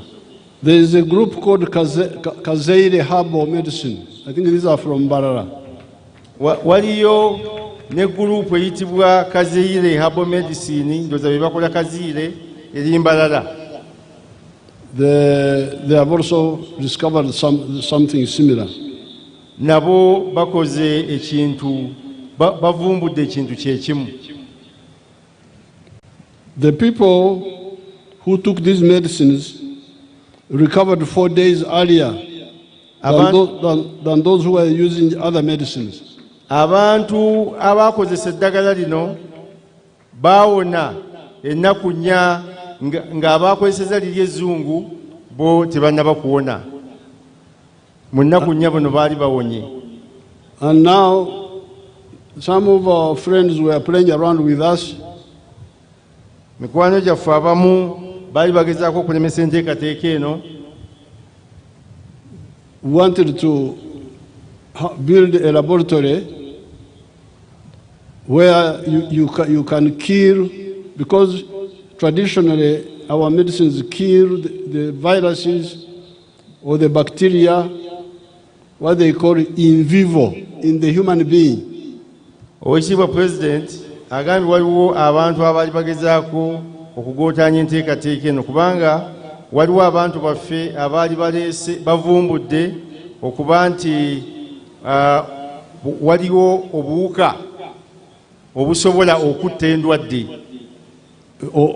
Omuntu abantu ne bawona naye bali abaweereza eddagala tebakebedde eddagala eryo likola litya.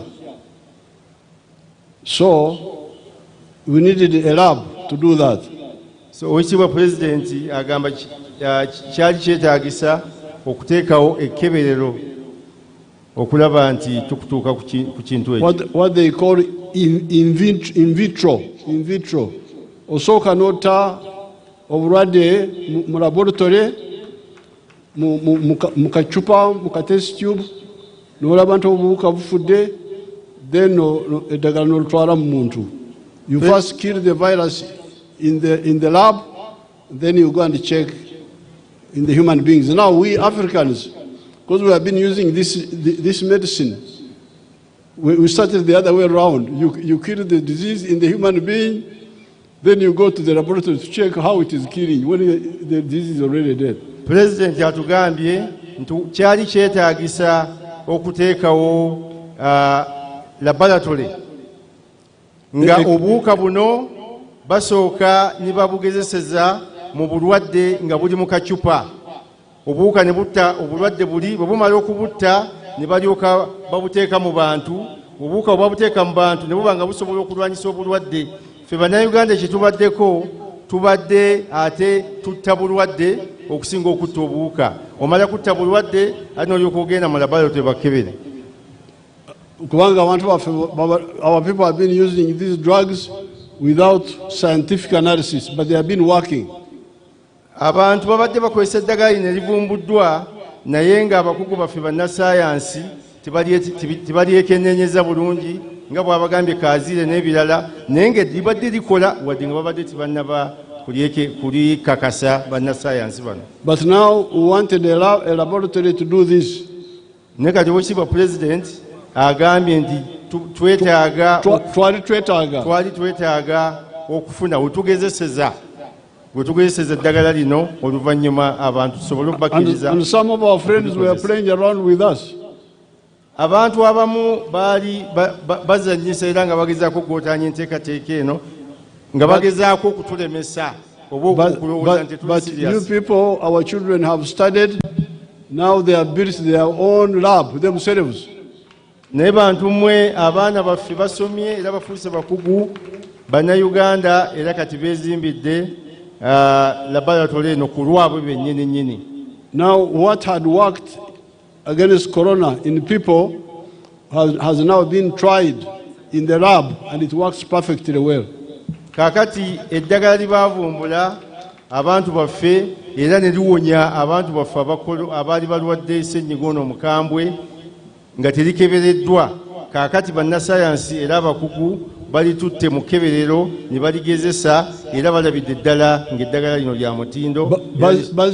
Batuzimbidde ekkeberero. Era batuzimbidde ekkeberero abaana abaffe.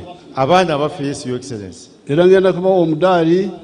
Era abaana baffe President agenda bawa omudaali olw'enkulaakulana eyo gye batuusizaako wano mu Uganda. N'akasiimo akamatiza. Era agenda kubasikako naye mu ngalo abawa akasiimo okusiima ogwo omulimu gwe bakoze. Era bannassaayansi bange bonna abavumbudde ebintu ngenda kubawa akasiimo. Buli munnassaayansi alinako kyavumbudde era ne kikakasibwa ajja kufuna akasiimo okuva wa President. Ngenda kusaba olukusa maama ne Muhoozi n'abaana bakirize ntunde ku nte zange mbawa akasiimo. Agenda kusaba maama Janet Museveni awamu ne General Muhoozi n'abaana abalala bamukkirize atundeko ku nte za famire afunemu akasente asobole okuwa abantu bano akasiimo mu mbeera y'okubasiima. So we must congratulate our people. So n'olwekyo tuteekeddwa okuyozaayoza abantu baffe. Our university people and some factories are now manufacturing most of the diagnostics we need. Abantu baffe abali mu matendekero ag'enjawulo ne mu factories ez'enjawulo bakoze eddagala erisobola okuwonya endwadde ezisinga obungi. Okukebera. Bakoze eddagala erisobola okukebera endwadde ezitutawaanya. We are self-sufficient in sanitizers. Sanitizers. Era gali amadagala ag'okutta obuwuka ku ngalo, ku meeza,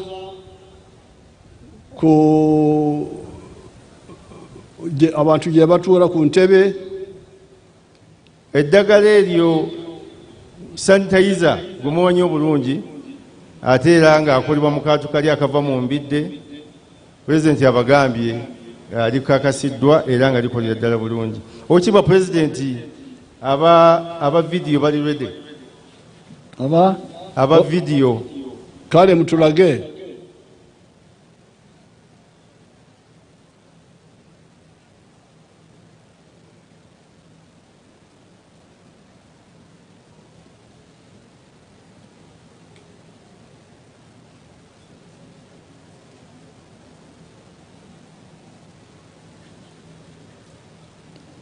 Birabika bulungi oba nyizi? Okay, katuli.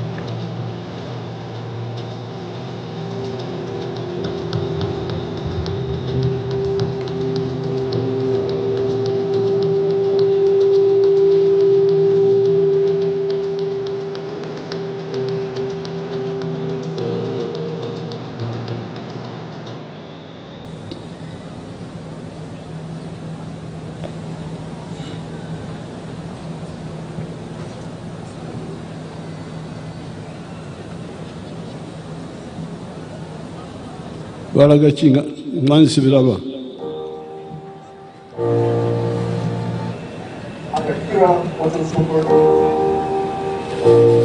Okay, Kira Motors. Okay.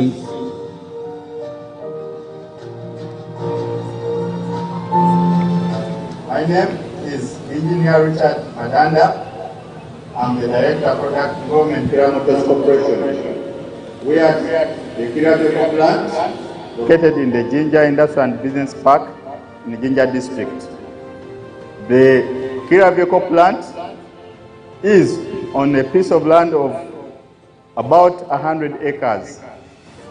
We are setting up facilities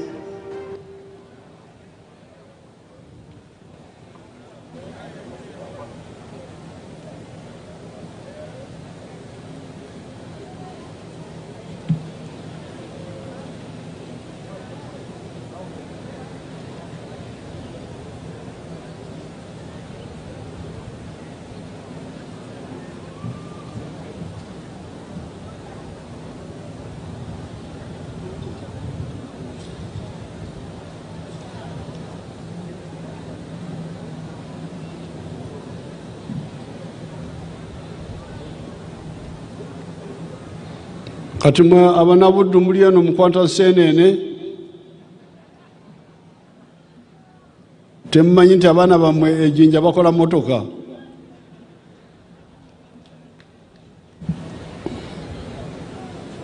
Mumuchari kubyansene nebyoka.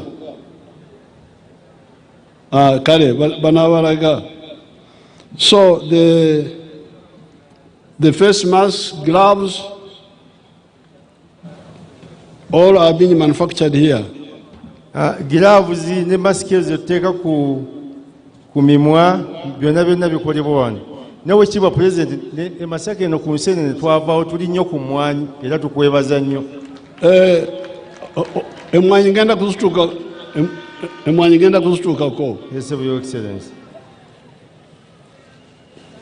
People have now started manufacturing digital gadgets such as computers, calculators, electricity and water meters.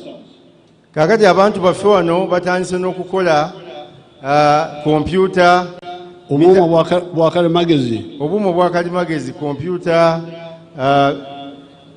mita z'amasannyalaze, calculator n'ebirala. Our people have designed solar-powered water pumps, and we are now at the stage of mass production. Abantu baffe era bavumbudde era batandise okukola busola obukozesa bupampu obukozesa amaanyi g'enjuba obufukirira, era kaakati president kyaliko kyakulaba nti bafuna obuyambi okusobola okulaba nti babukola mu bungi ddala. The dye farmer group in Matuga are now at the manufacturing stage of 30 different drugs such as antibiotics, etc. Ekkolero eriri e Matuga erikozesa amata. President atugambye nti kati amata gano bajjamu products ez'enjawulo, ebintu eby'enjawulo bingi mu mata. No, they are making 30 different medicines. Bakolamu eddagala lya bika 30 eby'enjawulo. Some of them antibiotics. Erimu eddagala lino lituyambako likolanga penicillin. Likolanga penicillin. This is not to forget the work of Chira Motors, whom we have showed you here, that are making electric buses and cars, or to forget the manufacturing of electric motorcycles in the country.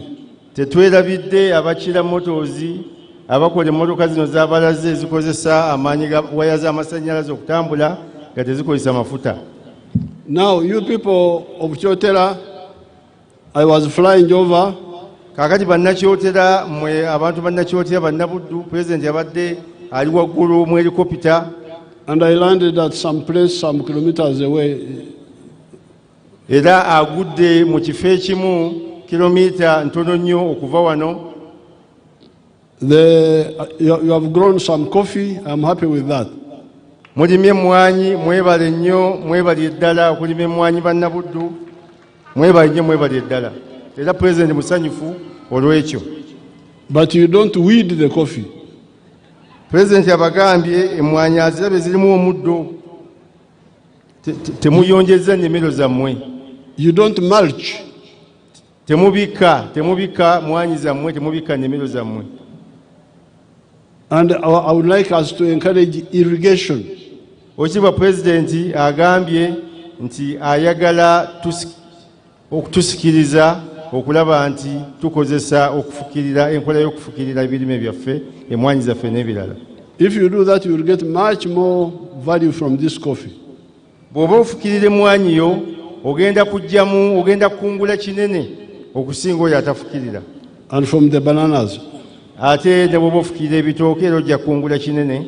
In Bushenyi, where Dr. Muranga is irrigating, Bushenyi oba muwulirayo Dr. Muranga ye ensuku ze azifukirira, president agenda tubulira kyajjamu. She gets 53 tons per hectare. Okiba president atugambye nti Dr. Muranga ono ng'afukiridde ensuku ze buli eka ey'ebitooke ajjamu buli hectare ey'ebitooke ajjamu tons 53. Buli tani ebeeramu kilo 100. Kati n'olwekyo the Banyankole nearby are getting only 5 tons from the same area. Abantu ekyewuunyisa nti Abanyankola ate abaliraanye Dr. Mulanga kuba yali Bushenyi naye wano Abanyankola batafukirira ate bo bajjamu ttaani kuva mu hectare. So okwebako okwo kakati abo nabo eyo bali mu tulo. The value addition with coffee, we are moving. Okugatta omutindo ku mmwanyi kakati ekyo kye tuliko era kigenda mu maaso. We are supporting a number of groups. Oweekitiibwa Pulezidenti agambye ali mu kuyamba groups ez'enjawulo ezitadde amaanyi mu kugatta omutindo ku mmwanyi. Era groups zino ziwererako ddala. Therefore, n'olwekyo when we tell you that we are targeting an economy of US$ 500 billion, Pulezidenti abagambye bw'abanga ekigendererwa kye kyakulaba nti ebyenfuna byaffe bituuka ku biliyoni 500 eza dola in the next few years, mu myaka emitono egiddako mu maaso awo. Take serious note of what we are saying. Mukitwale nga nsonga nkulu era kitegeeza ekyo kyabagamba. Temulowooza nti bano basaaga. Temulowooza nti ali mu kusaaga. Since we are at Kakuto, I cannot forget to thank the people of the Masaka zone for their support for our liberation in 1972, 1979, 1985-86. Pulezidenti agambye nga bwali wano e Kakuuto tagenda kwerabira era tayinza butoogera na butasiima ku bantu bonna abagweta Masaka olw'obuyambi bwonna bwe mwawaayo okubayambako bubaali mu kaweefube w'okununula eggwanga lino mu 1972, mu 1979, mu 1982 ne mu 1985. Big and historic battles were fought here. Entalo ennene nyingi nnyo ez'ebyafaayo ezalwanibwa wano. I thank you for your support. Oweekitiibwa Pulezidenti abeebaza nnyo bannagweta Masaka olw'obuyambi bwonna bumwabakwatirako. Besides, Kakuto is near the border of the brother country of Tanzania. Kakati Kakuto ng'oggyeko Kakuto okubeera naye era Kakuto eriraanye border ne Tanzania. Under the leadership of Mwalimu, Tanzania stood with us in 1972, 1979, and 1985. Nga bali wansi w'obukulembeze bwa Mwalimu Nyerere. Mwalimu Nyerere yayimirira n'amagye gaffe, yayimirira ne struggle mu mwaka gwa 1972, 1979 ne 85 nga Oweekitiibwa Mwalimu Nyerere ayambako abanoonyezi baffe abaatunulula mu mikono gy'abagajambuzi. Era waliwo enkambi wano zaali za UPC za Obote, Kasanje, waliwo ekyawete Kasanje, Bigada kirirudawa? Kiri Kakuuto, Your Excellency. Bigada ne Kasanje. Nesanje. Esanje. Yes, Your Excellency. Birirudawa? Biri wano, yes, Your Excellency. Oh, okay. Kakuuto. I salute the memory of Mwalimu and the solidarity of our Tanzanian brothers and sisters. Oweekitiibwa President asiima nnyo era ajjukira nnyo omwoyo gwa mukadde waffe Nyerere era asiima nnyo bannatanzania bonna olw'obuyambi bonna bwe baawaayo mu liberation struggle mu 1972, 1979 ne 85. Waliwo abahaya abavudde Bukoba, abahaya. President abamu era be bano abatudde wano bawona bokalemba bano abava ene Kakuuto abasinga baziba ne Bishop Sekyewa ali wano ku by'emmwanyi nnyo naye bwe batyo. Kale. Yes, Your Excellency. Finally, President, Ochiba President Amaliriza, I salute the people of Masaka Zone. Ochiba President asiima nnyo abantu ba Masaka Zone. Nga bwe ngambye mukuluke okuzukuka. Ochiba President abagambye mukulike okuva mu tulo ne muva mu nseenene ne mutandika okulima emmwanyi. Congratulations from waking up from sleep. Ochiba President abakulisa era abayozaayoza okuva mu kwebaka mu kulambaala. The area is moving forward via the commercialization of coffee, palm oil and milk. Ekitundu kyaffe ekyagweta Masaka kigenda mu maaso nga wansi nga tulima emmwanyi ku sikeere ennene, amata ate era n'ebinazi ekalangala. Ate era Oweekitiibwa President era nga bw'alagira nawa ne Sangobbe era Oweekitiibwa President twatandise okulima ebinazi. Add irrigation to your efforts and the sky will be the limit.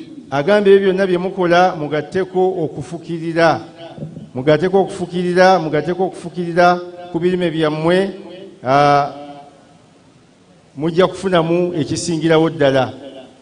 In the Katonga floodplain, we can do a lot of fish farming. Kakati e Katonga amazzi ago ge mulaba abantu baffe basobola bulungi okulimiramu ebyennyanja. This rice I see there, I don't think it's a good idea. Oweekitiibwa President omuceere gwalabaawo naddala oguli awo mu Lwera alowooza si kirowoozo kirungi. We shall talk about it. Oweekitiibwa President ekyo ajja kukyogerako. I end this short speech Oweekitiibwa President amaliriza speech eno by assuring the people of Uganda, as General Muhoozi has assured you, that the UPDF has all the capacity to protect you, supported by you, as well as protecting your property. Oweekitiibwa President abagambye era abakakasa nti nga General Muhoozi CDF w'amagye gaffe nga bw'abakakasizza eggye lya Uganda eggye lyaffe lirina obusobozi okutukuuma n'ebintu byaffe naye nga nammwe era mukolera wamu nabo. Thanks for all the support you have given the struggle. Mwebale nnyo byonna bye mwawa struggle yaffe. Katonda abakuume. Katonda abakuume. Thank you, Your Excellency. Thank you, Naibu Kasolo. Your Excellency, I request to invite you for the book launch, a book entitled The Best Army Does Not Wear Kits. Oweekitiibwa President tukusaba otongoze ekitabo. So I invite Dr. Pio Lawyer, the ekitabo kino ekyawandiikibwa mutabani waffe Munnayuganda Dr. Opio Oloya. Your Excellency, the book, I could summarize it this way. Oweekitiibwa President, ekitabo kino tuyinza kukifunza tuti. Dr. Oloya says, Dr. Oloya mu bigambo bye agamba bw'ati. In July 2018, nti mu mwezi gw'omusanvu 2018, I spoke to the late General Eli Tumwine about my desire nayogerako n'omugenzi omulwanyi Eli Tumwine ku kuyayaana kwange to learn more about the Bush struggle from a historical who was still alive at the time. Okulaba ng'abaako mu bufunze byampisizaamu ku byafaayo by'abalwanyi abakyali abalamu. He agreed to tell the story and he made an appointment to meet. Afande Eli Tumwine yakkiriza emboozi eno yajinviira ku ntono. Subsequently, kyaddirira, I reread your book Sowing the Mustard Seed. Wattu nenziramu Oweekitiibwa President nensoma akatabo ko, and I met veterans of the struggle. When I sat down to analyze the treasure of information I had gathered, it became apparent that the best way to present the research was a lesson from which all could learn. Oekitiibwa President, okuva mu katabo kaako mustard seed oba ensigo ya kalidaali wattu najja mu bingi ebinyambye okuba nga mpandiika mu kitabo ekyo ky'otongoza. The 10 lessons of the success of the NRA and the subsequent transformation into the UPDF offers endless possibilities anywhere across the world. Tujja kubifunza lumu. The lessons are beneficial to any form of startup, a student starting a senior secondary, a young entrepreneur thinking about business, big corporation planning on expansion. All could learn from them. I will not go over all the lessons, but we will mention a few. And Your Excellency, I invite people to access that book. A few copies have been distributed around. They can read for themselves and benefit from Dr. Opioloya's collection. Basebo ne bannyabo ebikulu ku katabaako ekisinga oyina kukagula n'okasoma kali mu kuyitayo eyo. Baara DC ne baara CC kirasi monita wammwe Dean Mama Justin Mbabazi labanga baara DC batwala katabaako. Your Excellency, allow me to congratulate Dr. Opioloya for being so keen about the achievements the UPDF and the NRA before it have made. He has been to Somalia to read what we do there. He has written a book about our operations. Now this is another one. Uganda should take interest. Oweekitiibwa President Kiriza twebaze Dr. Opioloya ku lw'okugoberera entambula ya Uganda n'agendako ne Somalia eyo mu ddwaniro okulaba biki UPDF byekolayo ate nadda n'abituteera mu buwandiike. Mwe bannaffe abatudde wano mukimanyi nti kyatuwandiikibwako Abafirika nti oba olina ky'oyagala okutukweka kiteeke mu kitabo. Kale nno okwewala ekyo Dr. Opioloya atulengeza biki ebikolebwa era biki ebituli mu maaso gye tulaga okusinziira ku UPDF gye tujje weeri nawa we tulaga. Congratulations, Dr. Opioloya. Dr. Opioloya tukozaayoza okuwandiika si kwangu. Abamu research atulemesa masters ne tuzisomera myaka 10. Your Excellency, allow me now invite the Master of Ceremonies for the Chancellery to present awardees for the medals to be awarded today according to your approval, sir. Oweekitiibwa President, ate tukkirize tuyite agenda okulungamya engaba y'emidaali ekitundu ekiddako.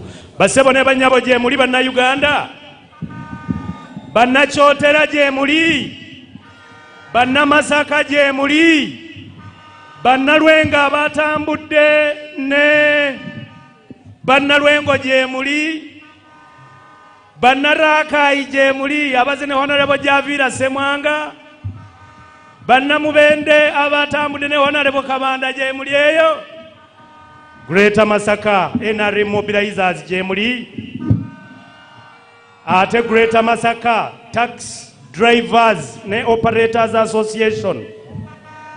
Kale katulabe emidaali.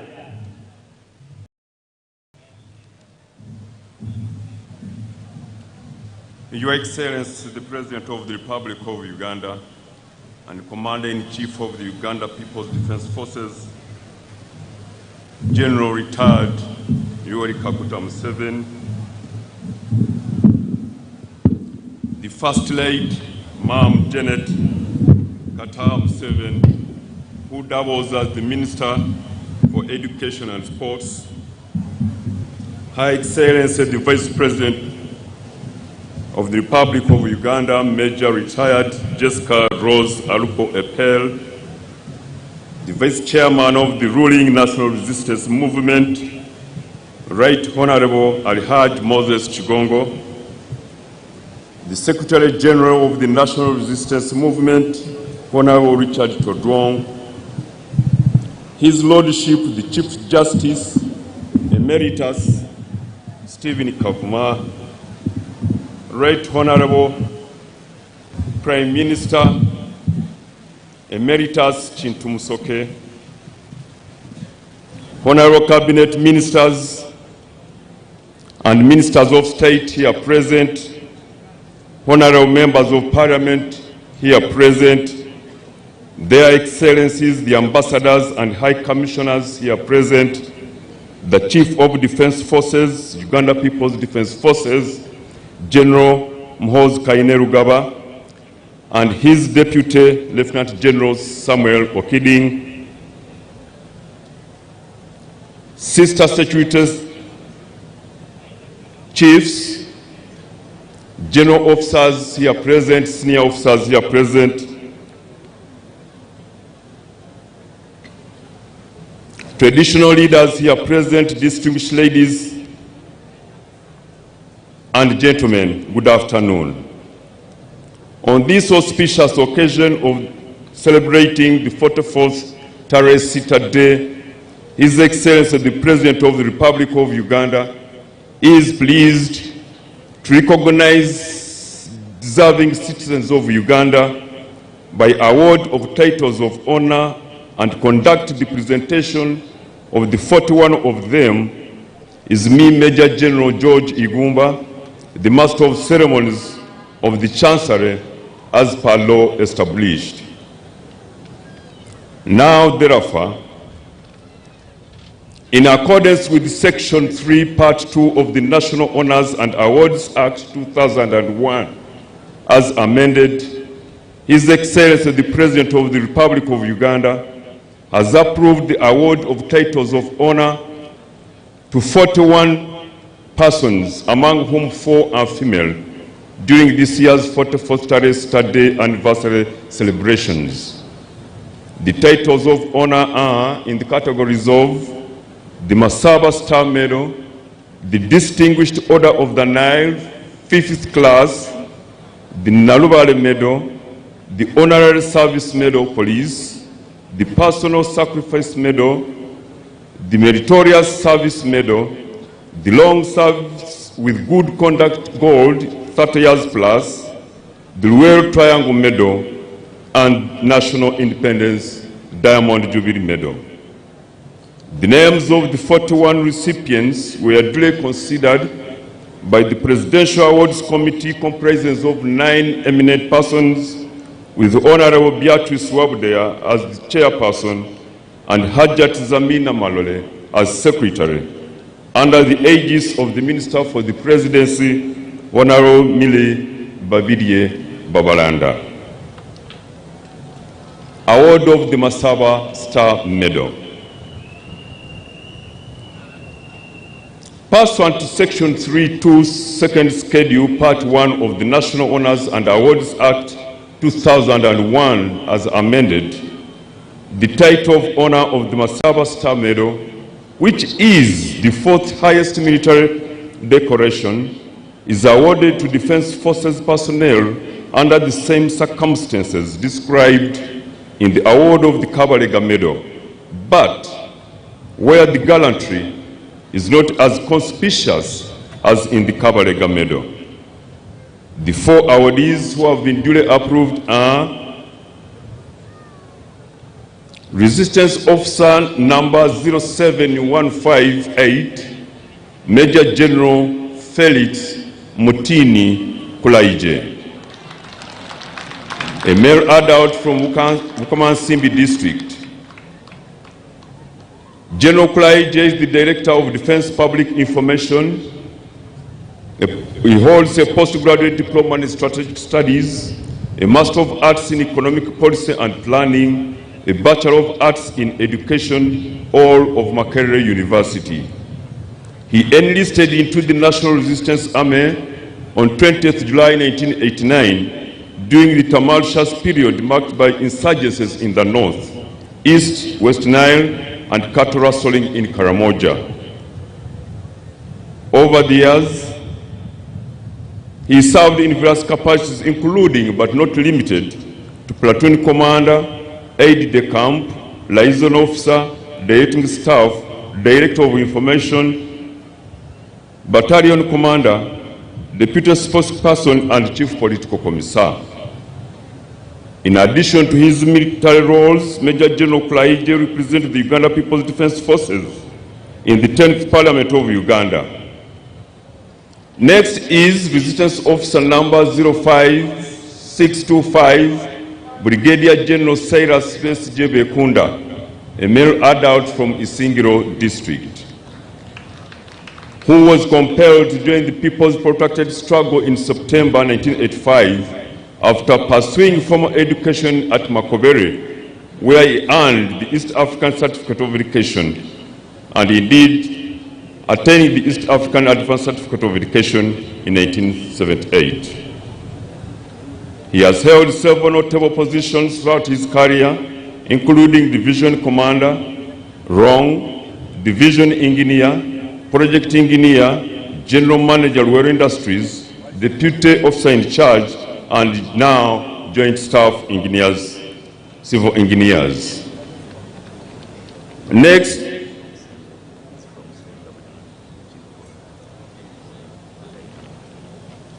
Resistance Officer number 01808, Brigadier General Robert Rutainama, male adult from Sembabule district. He joined the liberation struggle on 1st April 84 from Kasambia and Nakaseke district. He attended several military courses, including Officer Cadet, Peacekeeping, Military Police Level 1, and Battery Commander's course at Kalama, among others. Next is Resistance Officer number 07832, Colonel Richard Koni Wakainja, a male adult from Bujiri district. He is the commander of the 14th Combat Engineers Brigade. He enlisted into the Uganda People's Defense Forces on 27th November 1985. Colonel Wakainja's leadership and commitment to engineering solutions in challenging environments have earned him recognition as a pillar of resilience. Award of the Distinguished Order of the Nile Medal. Pursuant to Section 3.2, Second Schedule, Part 1 of the National Honors and Awards Act 2001, as amended, the title of Honor of the Distinguished Order of the Nile, 5th class member, is awarded to a person who excels in productive research, economic development, social or cultural enterprises, while promoting Uganda abroad through artistic, scientific or cultural work, by working in the public service, being a member of a cultural, religious, academic or scientific institution, being a member of the public or private sector, being a traditional leader or community leader, or being a district member of a visiting cultural delegation.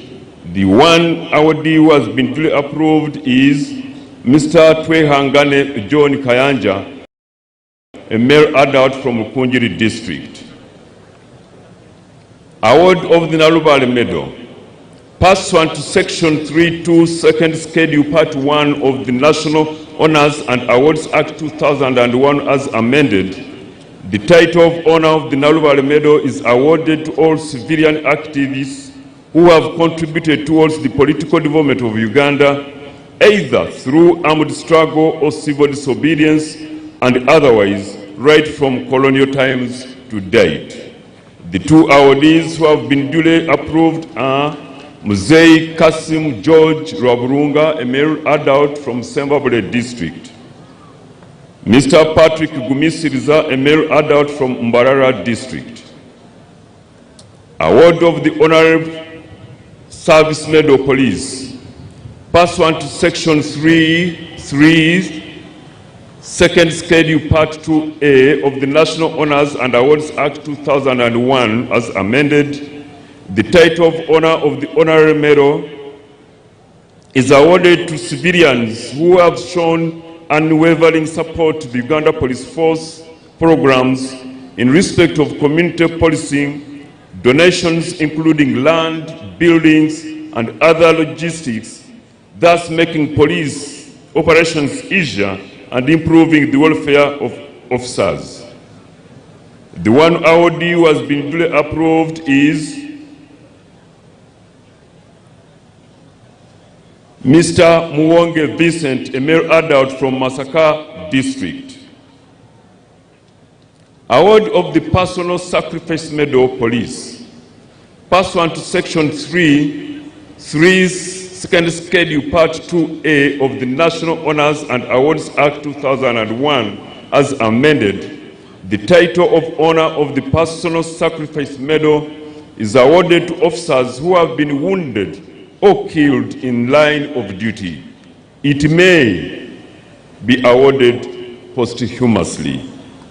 The one awardee who has been duly approved is none other than number 59479, Police Constable Tonjaire Eunice, a female adult from Kabale District. Next is award of the Meritorious Service Medal Police. Pursuant to Section 3, Second Schedule Part 2A of the National Honors and Awards Act 2001 as amended, the title of Honor of the Meritorious Service Medal is awarded to police officers for meritorious service, particularly in operations where initiative and meritorious behavior has made vital differences to the success of the operations. It is also awarded for acts of endurance and dedication. The two awardees who have been duly approved are number A/1255, Assistant Superintendent of Police Ada Jimmy Francis, a male adult from Arua District. Number 52203, Corporal Tabu CB Jimmy, a male adult from Gulu District. And now the award of the Long Service with Good Conduct Gold 30 Years Plus Police Medal. Pursuant to Section 3, Second Schedule Part 2A of the National Honors and Awards Act 2001 as amended, the title of Honor of the Long Service with Good Conduct Gold 30 Years Plus is awarded to officers with long service years with a clean and uninterrupted service to the force. The two awardees who have been duly approved are number O/1937, Commissioner of Police Olwenyi Amos, a male adult from Tororo District. Next is number 1163, Assistant Superintendent of Police Namukombe Justin, a female adult from Jinja District. Now, award of the Luelo Triangle Medal. Pursuant to Section 3.2, Second Schedule Part 1 of the National Honors and Awards Act 2001 as amended, the title of Honor of the Luelo Triangle Medal is awarded to any persons, military or civilian, who either joined the struggle or operated closely with the armed freedom fighters against dictatorships in Uganda from 1981 to 1986. The four awardees who have been duly approved are Resistance Officer number 00194, Major Vincent Mutebi Katera. May his soul rest in peace. He was from Bende District. Next is Resistance Officer number 00465, Lieutenant Retired Ibrahim Senaburia, a male adult from Kono District. Next is Resistance Officer number 02968, Lieutenant Deo Nsubu Gakizito. May his soul rest in peace. He was from Chotera District. Next is Resistance Officer number 02828, Lieutenant Godfrey Musisi Kakumba. May his soul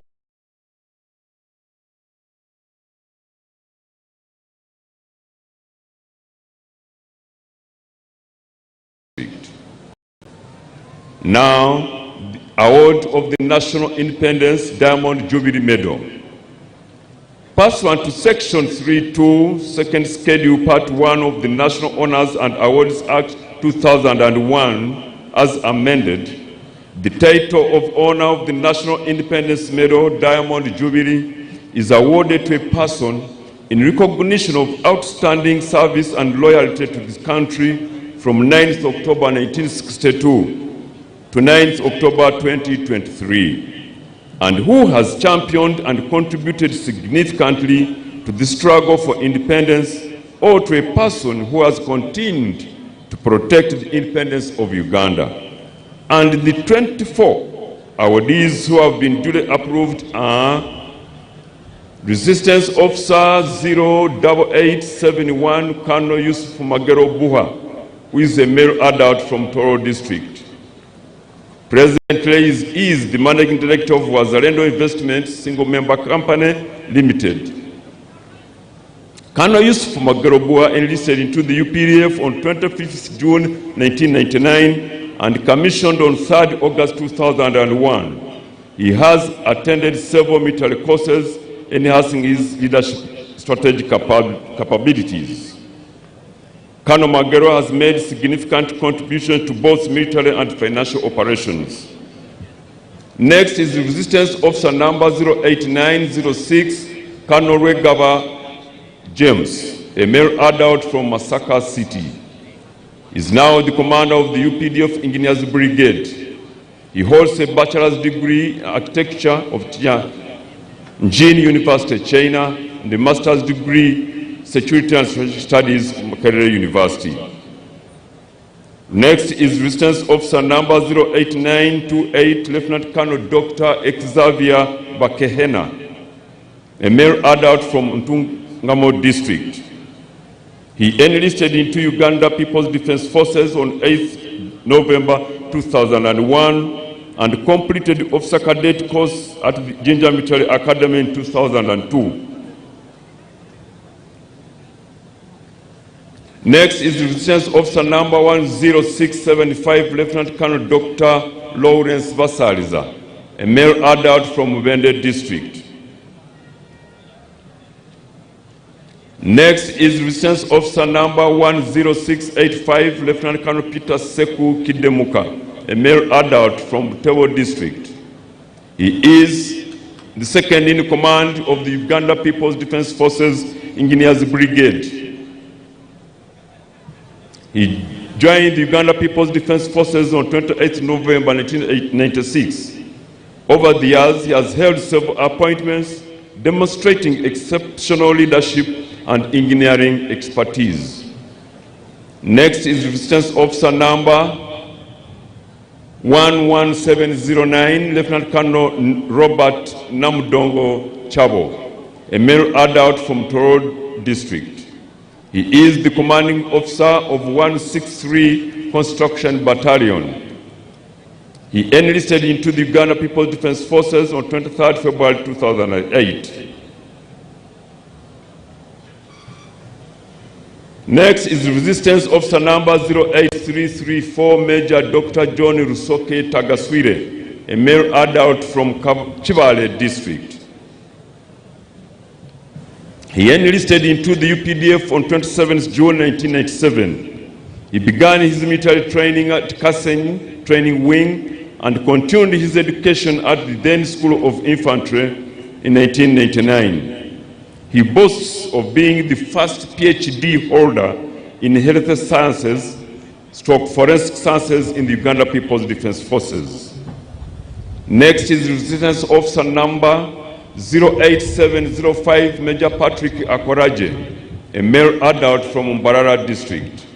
He is the training officer of the Special Forces Group Command and commanding officer of the 154 Marine Battalion. Next is Resistance Officer number 09633, Major Patrick Ambaho, a male adult from Chirura District.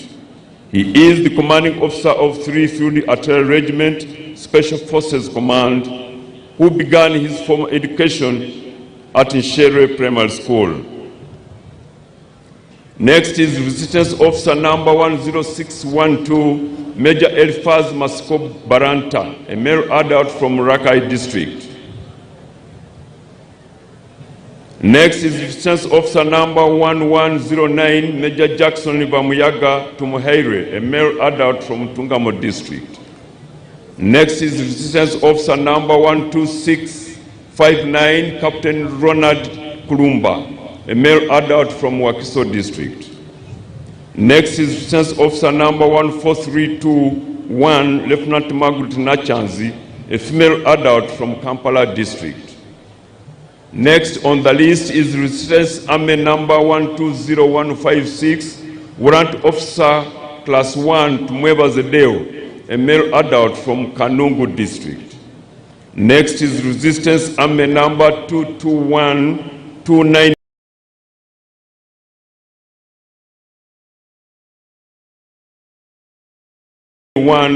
Corporal Anguchia Loroa Stella, a female adult from Arua district. Next is Bishop Adran Dungu Chivumbi, Bishop Emeritus, may his soul rest in peace, from Rakai district. Next is Kadda number 0612, Mr. Mirego Eddie, a male adult from Rakai district.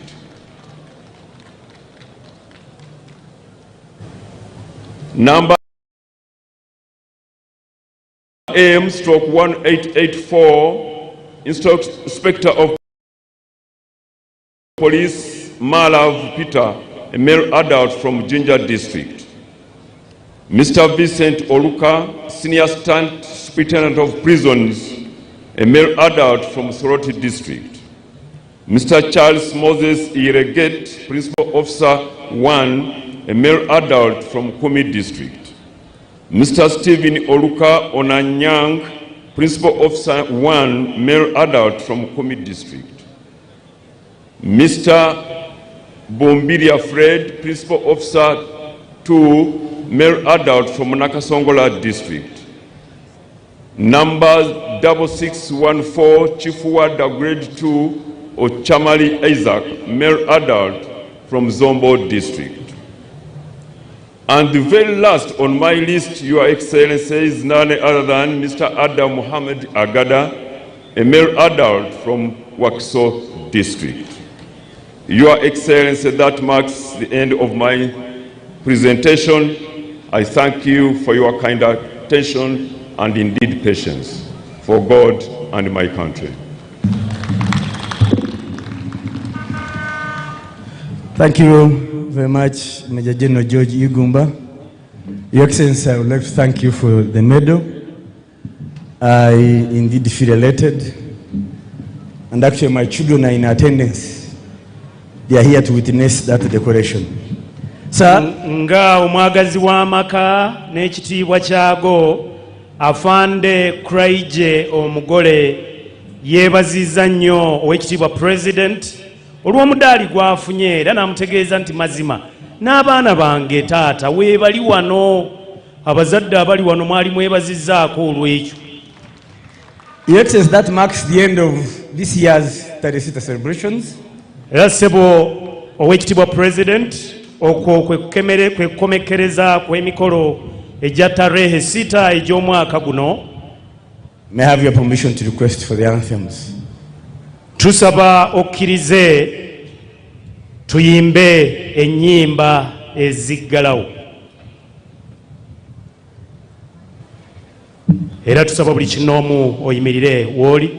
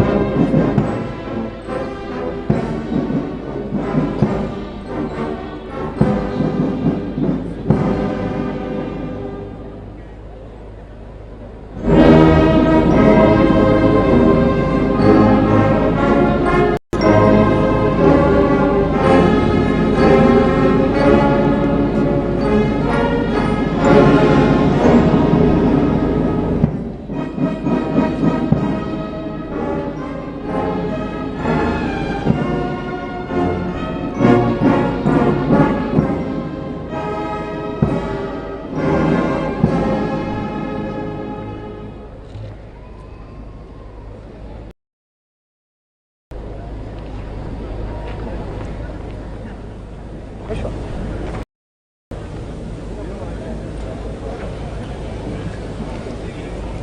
thank you, Your Excellency. We thank you, Your Excellency Vice President. Tukwebaziza Oweekitiibwa President. Tukwebaziza Maama omumyuka wa President. We thank you all distinguished guests for joining us on this 44th anniversary of Tarehe Sita.